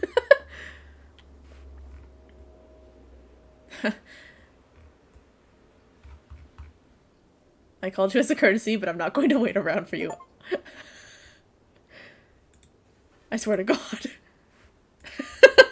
I'm gonna do what she does to me. She just hangs up. I'm going in. Let's go. She's like, I swear to God. The inside of the mine is warmer than you'd expected. The air thick and wet. The ceiling hangs much lower than you are tall, forcing you and your companions to hunch over, your legs bent in a painful squat as you begin to navigate its maze of corridors. This is a rare place where your well-muscled frame feels like it might be more of a hindrance than a help. Hey, you made it. I told you she would. I just wanted to make a quick call and give Tabitha the 411. You didn't. I was hoping we'd be able to get Rosalina out here without calling the cops on her, or us. Tabitha had better not try to have us arrested for trespassing.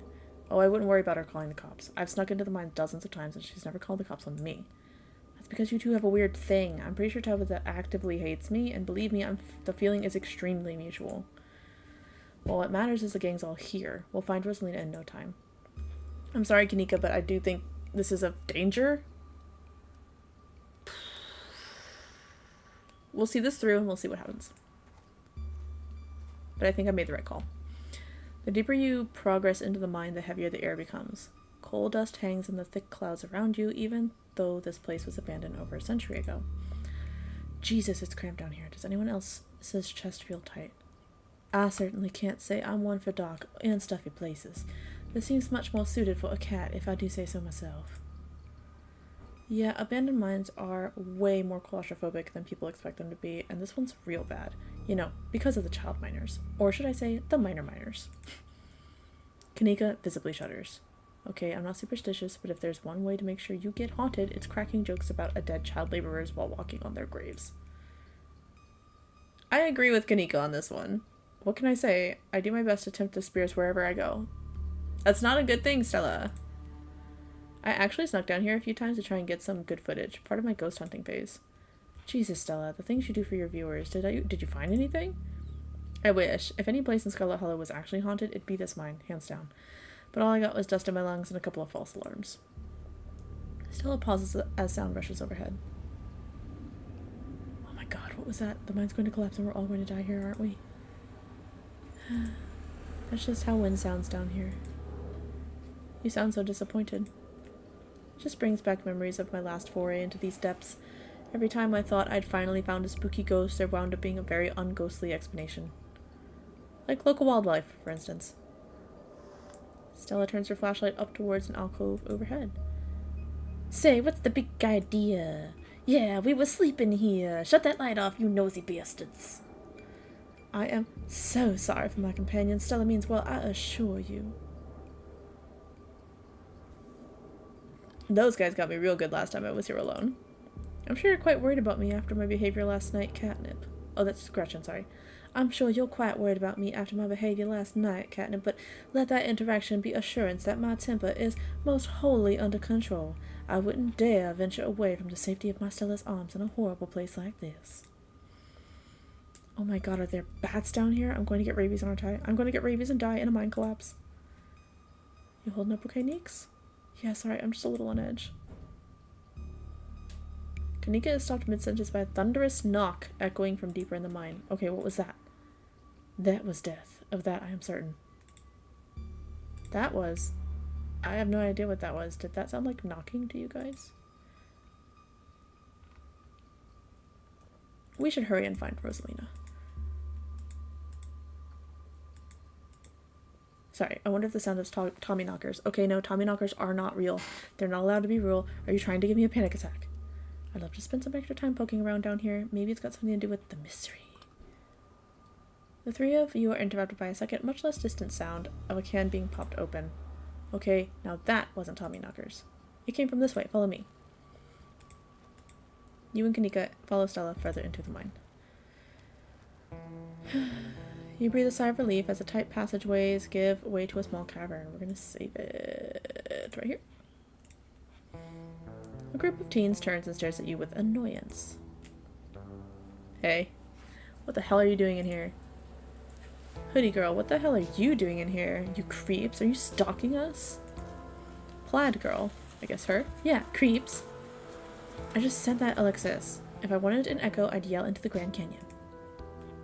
Do you want me to physically drag each and every one of you out here? Because I will. If I wanted an echo, I'd yell into the Grand Canyon. What are you, 5? What are you guys even doing down here? This is the most miserable place I've been to in my entire life. We're here to make sure you don't hurt yourselves. Your dad's looking for you, Rosalina. Chill out, Kanika. They're just teens. Let them have their fun. Remain silent. Your dad's looking for you, Rosalina. And who the hell are you, exactly? That's Katnip, Tabby's cousin. I can't believe your dad sent people to follow you, Rosalina. That's messed up. I think that qualifies as harassment. You're right, Becca. It is messed up. I don't need him telling me where I can be. You could at least check in so he knows you're not dead.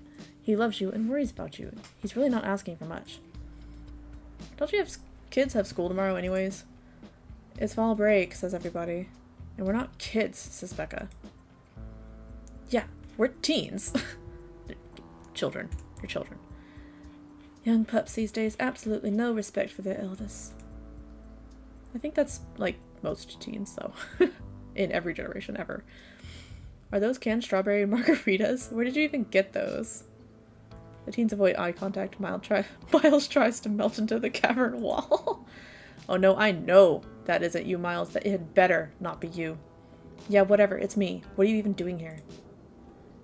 Becca's right. Sounds to me like you're just stalking and harassing and all that. You're supposed to be minding the store. It's not like anyone even comes in on Tuesdays, and Mom's there, so it's fine. Eyes dart uncomfortably around the cavern as Kanika tears into her brother. It's not fine. It's extremely not fine. Why do I always have to be the responsible one? Do you know what I would give to be as carefree as you? I left school so you would have a chance to live your life, and this is what you're doing with it? What would Dad think if he could see this, stealing booze from the family store to dick around in an abandoned mine? Poor Kanika. Dad's dead, Kanika, but if he were here, he'd be disappointed you wound up being such a bossy jerk. Who cares if we're having canned margaritas somewhere nobody's supposed to bother us? Miles, don't try to twist this around your sister. I'd love to help y'all sort this out, but can we maybe not do it in not an abandoned coal mine? Can you at least do your underage drinking somewhere a little safer? Oh, and what are you, an expert on mine safety? They only abandoned this place because there wasn't enough coal left to bother digging anymore. That's not true. My dad told me, and he's an actual foreman at the continuous mining facility, so he knows what he's talking about. Wait, I thought your dad was a charge hand? No, Alexis. He got promoted last month, and he says this place is totally safe and we can hang out here anytime we want. Correction! Your father was a foreman at the continuous mining facility. We'll see if he even has a job tomorrow morning. What? Oh, shit. Oh, hey, Tavi! Kanika sighs. It's probably for the best that she's here, Kanika says. Do none of you understand what a boarded-up mine entrance is supposed to mean? It means it's closed, condemned, not fit for human use. Oh, come on, this place is way sturdy. Check it out. The teen with the beanie jumps up and slaps a strut on the ceiling. Bro? Do you not see this? Oh, was that the knocking we were hearing earlier? I doubt it. Oh my god. Zane, cut it out. You're embarrassing us. I'm sorry for Zane's behavior. I don't think he realizes how extremely 8th grade it is to jump up and hit things. No offense, Rosalina. None taken, the other 8th graders are totally immature. Not like you, Rosalina. You're chill and smart, too. Someone has a crush on Rosalina. Enough, says Tabitha. The damage is already done. Now leave. I'm tired of people in this town dragging my cousin headlong into danger. I can't believe I actually agree with Tabitha about anything, but this is the worst place I've ever been in my entire life, and I would like to see the sun again before I die. Come on, you guys. Maybe it's not a big deal. We used to do dangerous stuff all the time, and I still do dangerous stuff now. I mean, I don't like this particular situation with the whole digiling thing, but outside of that, who are we to tell them where they can hang out? Stella, I appreciate that you're trying to be cool for the kids, but no. Tabitha says, I don't know who you think you are in this situation, Stella, but I own this mine. It is entirely within my rights to tell them to leave, much like it is entirely within my rights to tell you to leave. Was your lifetime ban from my mind's not clear enough message for you? Hell yeah, Tabitha, tell the sad 20-something to shreds. Hey, I'm defending you, and I'm not sad. Where'd you get that idea? Ma Stella can't possibly be sad with me around. How absolutely rude. These pups need to learn some manners. Running a clickbaity YouTube channel where you run around in the woods chasing nothing is extremely sad. So she's sad. So what? Give it a few years and you'll be sad too. The passage of time is inescapable. Thank you, Tabitha. Look, we just wanted to give Rosalina a good time. Her home life sucks right now. Yeah, tell him about where you have to sleep, Rosalina. We've been living in a library for the past couple of weeks. Dad says we can't stay at our house. They've got a hot plate and a couple of cots in one of the back rooms. It's actually a pretty sick setup. No, it isn't. So, Rosalina deserves better. Keep it to yourself. I don't care about your home life. If you're going to do your underage drinking, go do it in the woods. Just get off my property. Tabitha! Look, Rosalina, I'm sure Oscar has a good reason for all of that. He's a good guy, and he cares about you. He thinks our house is haunted. Oh no, not this again. And I should care because it's such a bullshit excuse. I bet he couldn't afford it anymore and is lying to you to save face. What a coward. Becca, I don't think you can, like, say that about other people's families. Isn't that, like, bullying or something? Shut up, then. Oscar actually invited us to check it out when we saw him earlier today. It could make for a fun, non-abandoned coal mine related activity. Just throwing that out there. There's no ghost, Stella. It would be cool if there was, but Becca's right. I just wish he would be honest with me and tell me what's really going on. It's like he doesn't think I can handle it, like I'm still a little kid. 'Cause you are. You're all children, and none of you realize how good you have it. Back in the day, each and every one of you would be pulling 12-hour shifts in this exact mine. If it weren't for child labor laws, the 5 of you might have some actual character. That's not a very good take, Tabitha. Exactly. Rosalina's not that mature anyway. She still sleeps with stuffed animals. You just turned on her, like, super quick. That doesn't mean she's not mature. I still have pork chop, you know. Alexa seems to be really the only one on Rosalina's side. I rest my case. Becca's an asshole. Wait, what did you say about child labor? I'm not gonna weigh in on this. This is between you and your dad, and the two of you should talk about it somewhere that isn't here. This fucking smile. Alright, we're on page 6.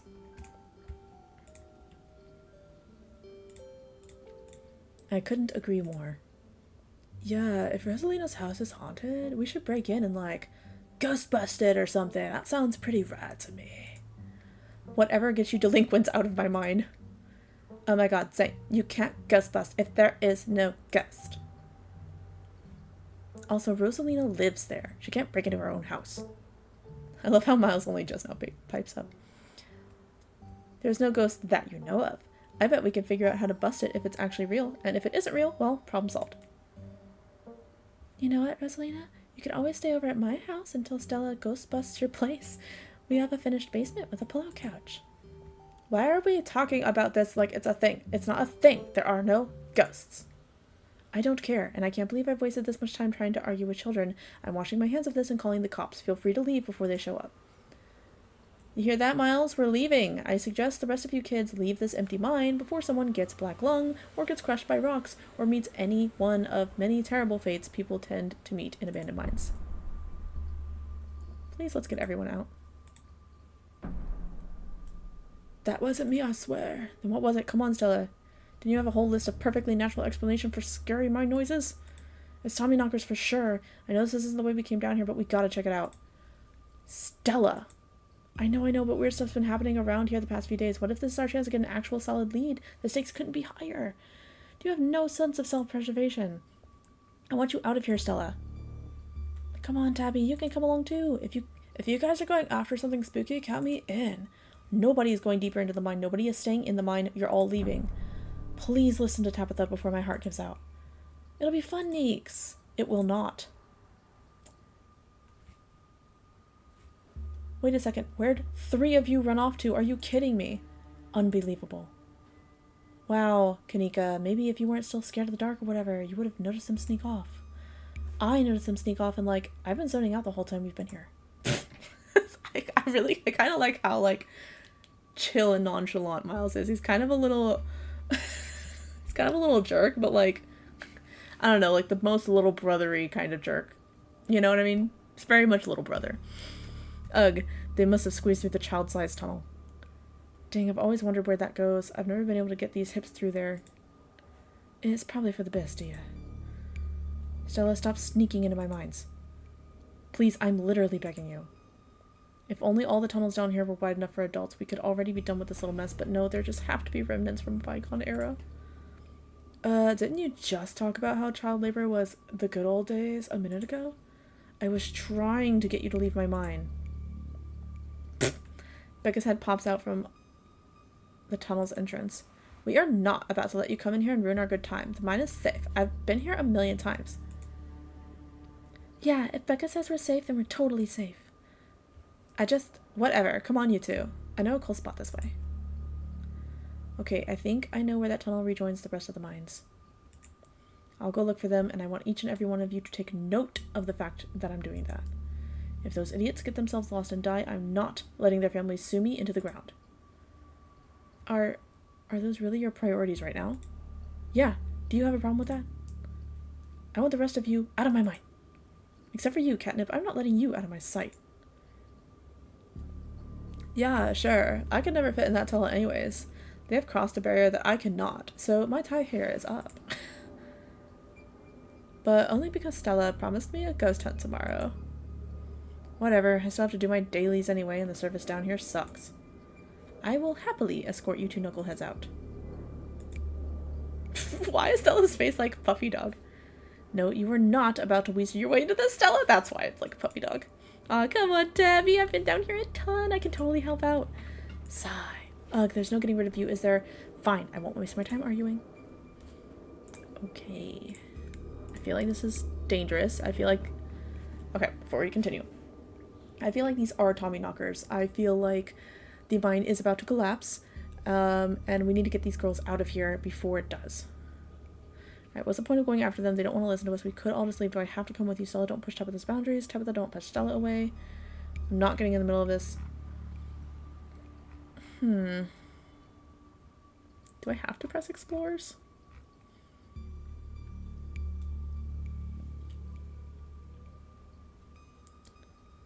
I'm just gonna say let's do this. I think Tabitha does need a little bit of pushing. I also think Stella needs to tone it down a bit. Like, I think both you know? I wish I could say both. Sure. Let's not linger any longer than we have to, shall we? Want me to take Gretchen with me? I don't know if it'll be easier to cover more ground without her. Excuse me, I am a formidable and self-sufficient monster hunting companion. Haha, yeah, that's probably for the best. I don't want a repeat of last night, and who knows if we'll have to do any climbing. I'll see you on the other side. Hopefully soon. For sure, we won't be too long. Cool. Can't wait to bust some ghosts tomorrow. Alright. Kanika, Miles, and Zane head towards the entrance of the mines, leaving you, Tabitha, and Stella to find the remaining teens. Alright, no dawdling. We should be able to catch up with them if we go this way. You and Stella exchange a glance as Tabitha ventures forward. Is it this? As the three of you move deeper into the mine, you hear echoes of conversation bounce across the walls. Becca, why are we doing this again? I thought you thought Tabitha was, like, really cool. Why are you trying to get her all mad? We're doing this because Tabitha is really cool. She doesn't let anyone boss her around, so we can't just let her boss us around. Oh, you hear that, Tabby? Someone thinks you're cool. I can't believe she used to hang out with a nobody like Stella. That face, that smirk. Aw, I made Stella sad. Hey. I don't know. I think Stella's kind of cool. Her videos are really neat. Oh, come on. She doesn't even have a sponsor. What kind of YouTuber doesn't have a sponsor? I mean, not yet, but I'm in talks with Meat Rice. TM. And I make plenty from ads and donations. Dang, Stella, Meat Rice? That's a big deal. I'm gonna say let's press on. We don't have a lot of time.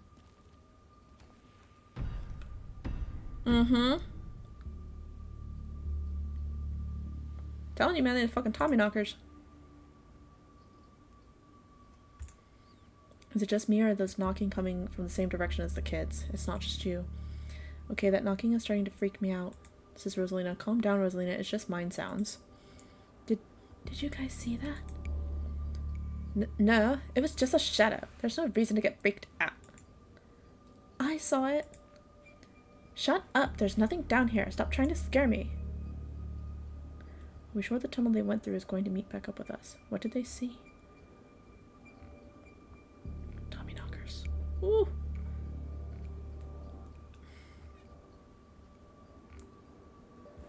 I'm gonna save. I don't know if this is going to progress. I feel like we just need to. We gotta keep moving, man. Knocking grows more frequent, still distant, but it's much louder than before.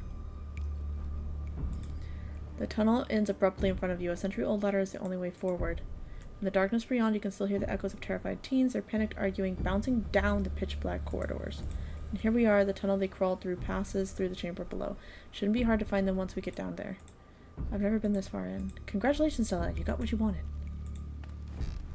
Tabitha crawls down the ladder, disappears over its edge. Alright, let's do this.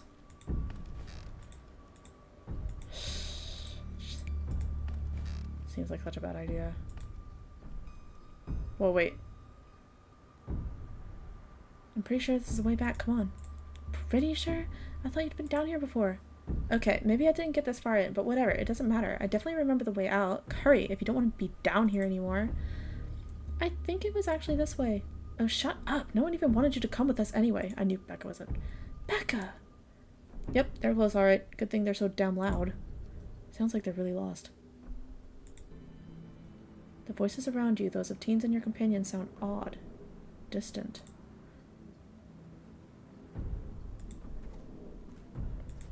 There's something in the darkness before you that's much louder, though you don't hear it. Can I not walk towards it? You don't hear it, but you feel it in your chest. A desperate need to perceive and be perceived. Can we not? Can we, like, go away? Okay. Hey, are you alright, Katnip? Bear witness. What do you think you're doing? Get away from there. Your cousin dives towards you. Your cousin dives towards you, but not before the light from your phone. Whoa, what the fuck? What the absolute fuck? We're bearing witness. Oh god. It breaking.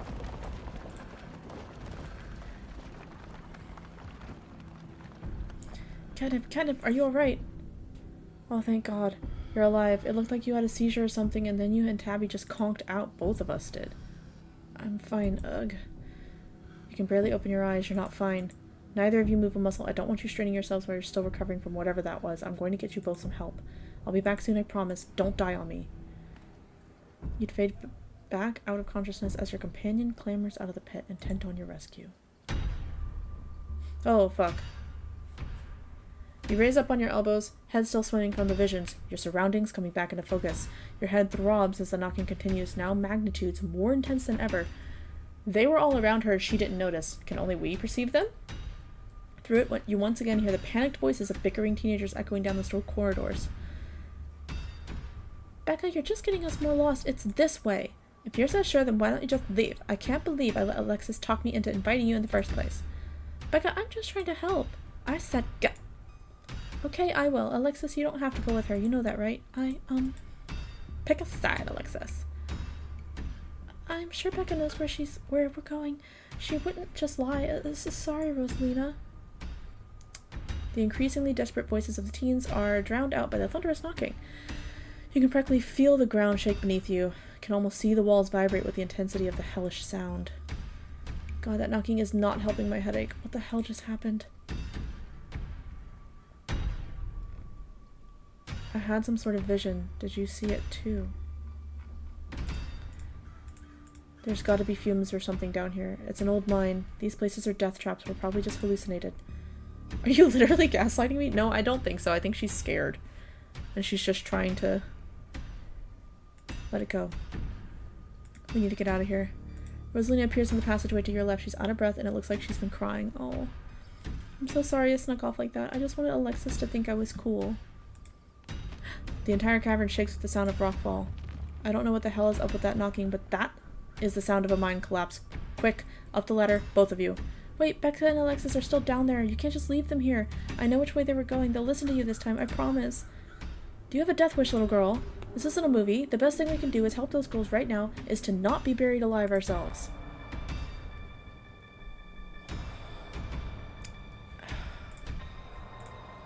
I feel like we should take Rosalina and leave. Tabitha knows the mine the best. That's not what I meant. Nope, see, this is why it said leave them behind. I don't want to leave them behind. Go after. Alright, let's do this. Katnip, don't do this to me. They're kids, Tabitha. I'm not gonna leave them without them down here. Are you serious? Thank you. They're back this way. Hurry. This is the right choice. The mines shake with each new thunderous blow as bits of rock and dust fall off the ceiling and scatter the floor around you. Rosalina leads the way, and Tabitha isn't far behind you. I thought you knew the way out. I thought you'd been down here a million times already. I was making it up, okay? I swear to God, Katnip, if we get stuck down here. You what, kill me? Then you'll be stuck down here and alone. Wow, that's mean. I'm glad you decided to come along. I'm surprised you didn't want to shut up, say nothing. Can you guys see these things? Like I said, it's probably a pocket of gas down here. We're coming! Just stay where you are. Rosalina, you came back. I don't want to die down here. Then move. Aw, look who was leading. Oh, okay, okay. Yep. Come on, let's get out. Run, run, run. Start climbing. Now. Once the last scene is up, Tabitha grabs and the ladder starts climbing. Let's climb out. You follow suit and start climbing. Come on. Your cousin moves with the kind of swiftness you'd expect for someone who spent her entire life in and around coal mines. Why couldn't you have just listened to someone other than yourself, Becca? Says Rosalina. I'm sorry, okay? God.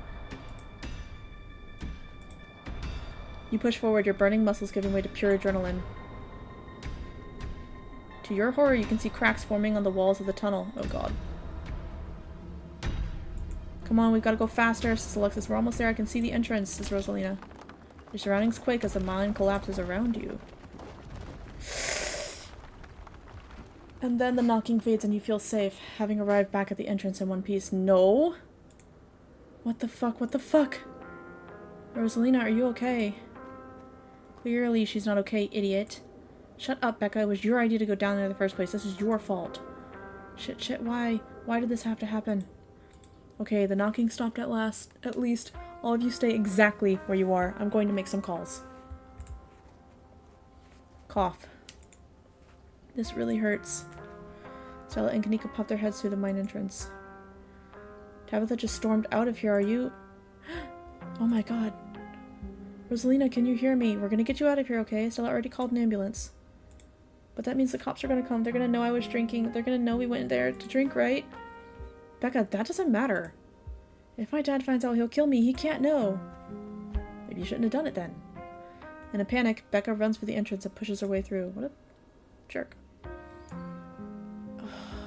I feel like there's a way to get everyone out safely. Don't worry about her, Rosalina. She's being an asshole. One of us should wait by the gate to make sure they can find us up here. I should check in with Tabby, see if she needs help. We're going to get you help. Everything's going to be okay. Alright, I'll go down to the gate. Rosalina, I'm so sorry. I'll be back soon. We're going to get you out of here. We're going to be just fine, okay? Katnip and Alexis will keep you safe until then. Don't worry, pup. I know you're sick, but I'm here to keep you warm. Aw, Gretchen. Am I going to die? Rosalina, don't say things like that. No, I'll lift these boulders myself if I have to. Thanks, Katnip. Rosalina's breath comes in quick, irregular bursts. If I don't make it, tell my dad I'm sorry. I'm the one who has something to be sorry about. This is all me and Becca's fault. We never should have gone down there. It's not your fault. I went down there because I wanted to. Rosalina pauses, catching her breath. Thank you, Katnip. I'm glad everyone else made it out okay. Couldn't have done it without your help.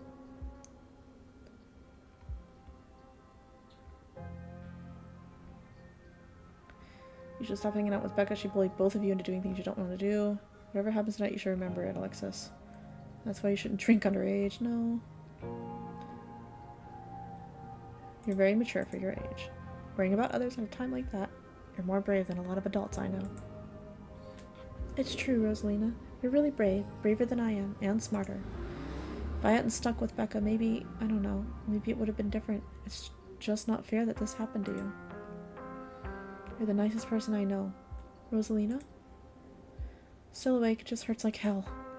Sorry, I shouldn't be pushing you to talk. I'll just hold your hand until they come back with help, okay? I mean, this shouldn't kill her. It's gonna be painful and she's going to be, you know, disabled. Maybe forever, but she won't die. Just don't go to sleep yet, pup. Alexis grasps Rosalina's hands. Tears streak down both of their cheeks as you sit in silence together, waiting for the long, anxious moments to pass before help arrives. Some of my men are on their way with rock lifts. We'll get you out of there soon. They're over here, Earl. Jesus H. Christ, you weren't kidding about the emergency. It'll still be a bit for the ambulance. The nearest depot is over in Brevard, so it'll be at least another half hour. You heard the man. You have half an hour to get her out of there. Move it. Rosalina, sweetie, I'm here. Dad, I'm sorry. I'm so sorry. You don't have to be sorry. It's okay. We're all here. You can hang on, Rosalina. I know you can. Tabitha's men quickly get to work and manage to pull Rosalina out of the rubble just as the ambulance arrives. Okay, good. Sir, I'm afraid there's no space in the back. What do you mean? I can't ride with her? You're better off driving behind us. We're headed to Brevard, so it's quite a ways. Is she gonna be okay? Is she gonna make it, right? Please, God. Yes, sir, I promise you, we're going to do everything we can to keep her stable. Her vitals are looking good. Rosalina, my poor baby, I'll be there as fast as I can, okay? I promise you won't be alone. I love you, Dad. The paramedics load Rosalina into the back of the ambulance and drive off. Oscar approaches you off to the side as the police talk to Tabitha and her men. What the hell happened in there? At least nobody died? Why would you say that?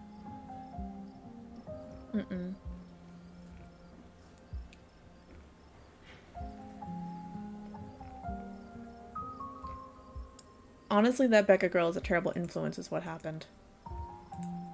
You can't go blaming a teenager. It was the Tommyknockers that brought the mine down. The what? We don't know what caused the collapse, but Miles is just as much at fault as Becca.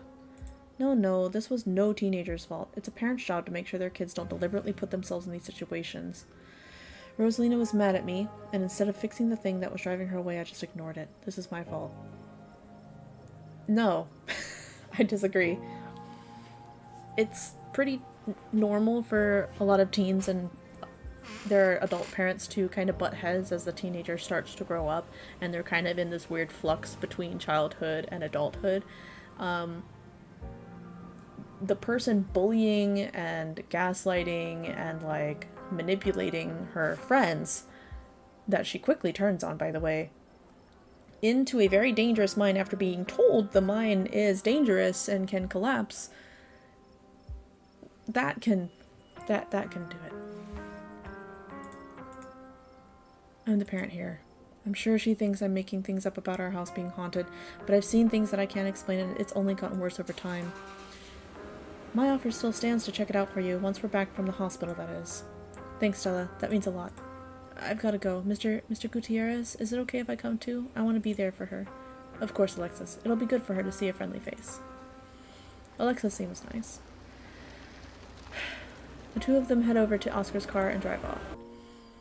There was a stone carving on the wall of that pit. It gave me some sort of vision. I saw what happened to this place. Are you sure it wasn't just auto-suggestion? We talked about that mine a lot today. I don't know, Neeks. You weren't down there. Katnip and Tabby had, like, simultaneous seizures next to a creepy stone carving. It was like something out of a movie. Just because they passed out or had seizures doesn't mean it wasn't auto-suggestion.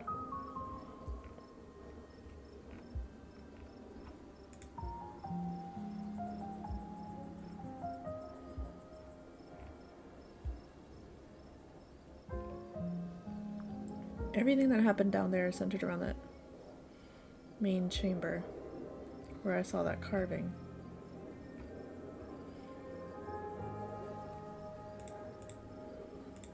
Stella showed me a photo. Weird stuff. Maybe you weren't entirely off base about the cult stuff you mentioned earlier today, but this thing felt old. I saw something down there, like the shadows of dead miners. They were right behind you right before you left, and they followed us when we went after Becca and Alexis. Did you not see them? Whoa, I didn't see anything other than the two of you and that carving. That's super weird. I don't want to doubt what you've experienced, but you were deep in a dark abandoned coal mine. You might have just been primed to see things. You know, now that I think about it, that totally fits the profile for some of the Tommyknocker stories, if they're actual bona fide ghosts. Oh, Stella. Are you sure they were Tommyknockers? Depends on what you mean by sure. Is anyone really sure of anything? They fit the description pretty well, and I don't know what else they'd be. I have no idea what happened in there. I need to do some reading on mine collapses, I guess. Do you think Rosalina's going to be okay? The paramedic said she was stable. She's a tough kid. She'll be okay. That was our ditchling problem, right? Oh, that's not what I meant to say. I still don't really buy into the whole ditchling thing, but what would we have even solved? I mean, maybe we averted a disaster tonight, but I think Kanika's right. If anything, we're left with more questions than we started with this morning. And we had a lot of questions this morning. This is all a little too magic for me. Just because two bad things have happened doesn't mean there's a pattern, right? What happens now? What happens now? We go home. Now hold on a minute, Miss Scarlet. Mind if we have a quick word with your cousin, miss, in private? Different cop than the previous story.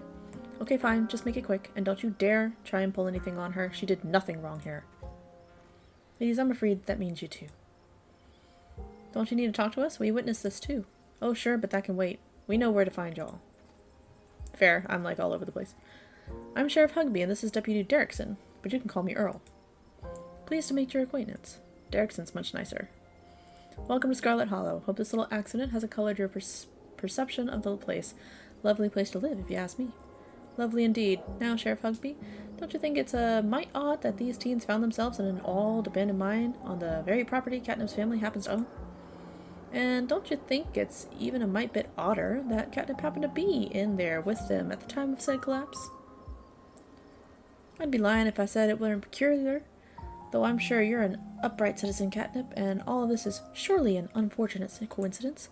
Still, a good cop should ask themselves these questions.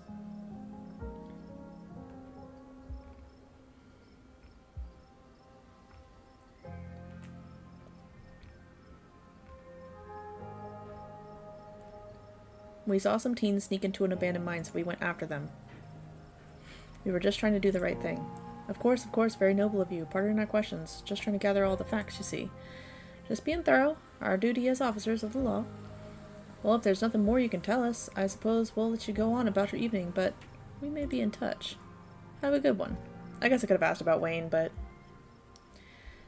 Deputy Derrickson tips his hat to you. The two officers wanders back towards the mine, Derrickson taking notes as they examine the scene.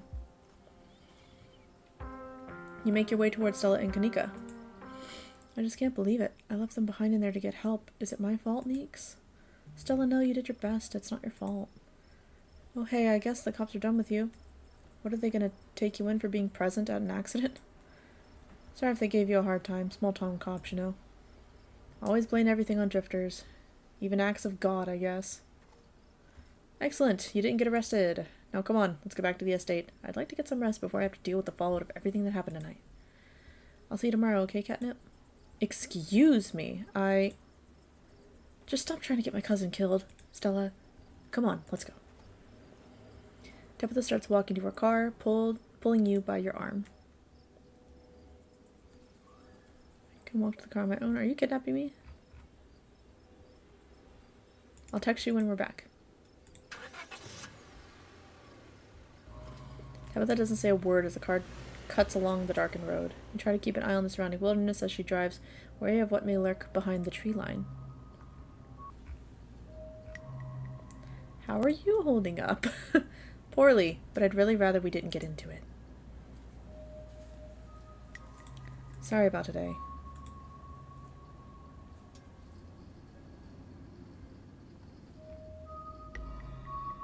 Drop it. Ride in silence.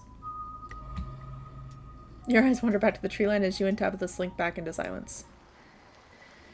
I don't think she likes me. You once again cross the threshold into the estate, the musty stench of the decaying mansion greeting you with its undertones of mildew and wood rot.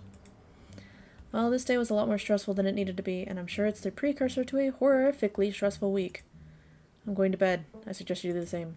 Thanks for calling me about those kids, by the way. It was unexpected. You could have... No, you should have waited for me. I'm too tired to argue. I'll see you in the morning. Maybe I should have. Tabitha turns and makes her way up the stairs, her posture defeated. You head up to your room to turn in. Should I just continue as is, or should I go back and see if that's the better option?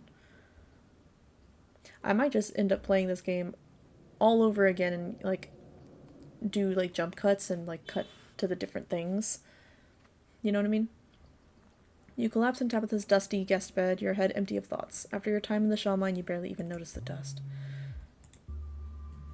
Kanika sent a message to Stella. Y'all, these are those things, right? Sends a picture of a pair of ditchlings by the side of the road. I saw them again too, said Stella. Another picture, and this time them staring from a tree. These things are definitely not hairless monkeys or raccoon or whatever. I don't know what the hell they are. I guess there's more to them being here than the mine collapse. No way I'm sleeping tonight. You think about looking out the guest room window, but at this point you're too exhausted to leave your bed. The adrenaline from this evening is wearing off, replaced by a creeping exhaustion that threatens to overwhelm you. Your limbs feel heavy, your eyelids slipping down over your eyes, even as you stare down at the ominous pictures on your phone.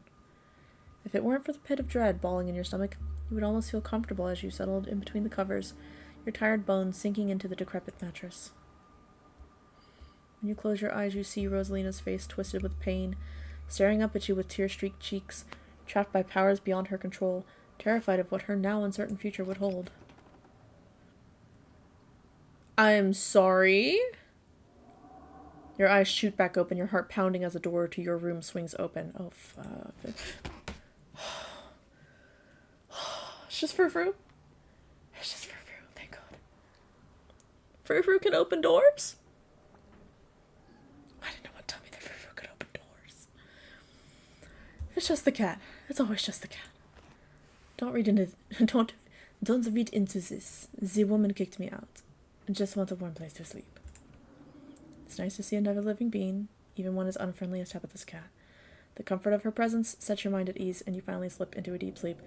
Yeah, I will say this one thing. When it comes to having animals, it does really give you some peace of mind. Ooh. Where'd the kitty go?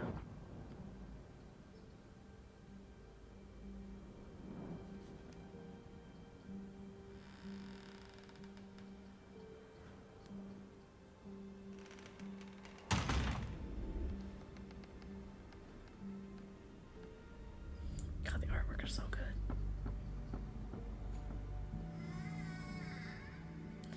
How could you live here all by yourself? Like, this just screams haunted.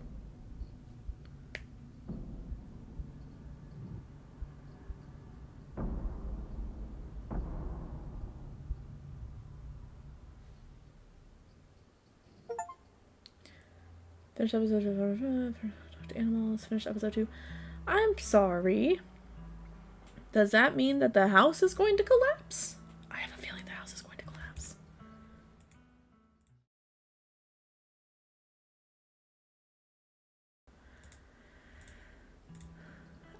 Alright, well, I guess that's the end of episode 2. I hope you guys liked it. I know it says you can't save everyone. I'm trying to, but at the very least we did save her life as well as the other 2 girls' lives. She's going to be injured, hopefully not forever. Disabled, but we did save her life. That's such a hard choice to make. Alright, well, I'll see you guys in episode 3.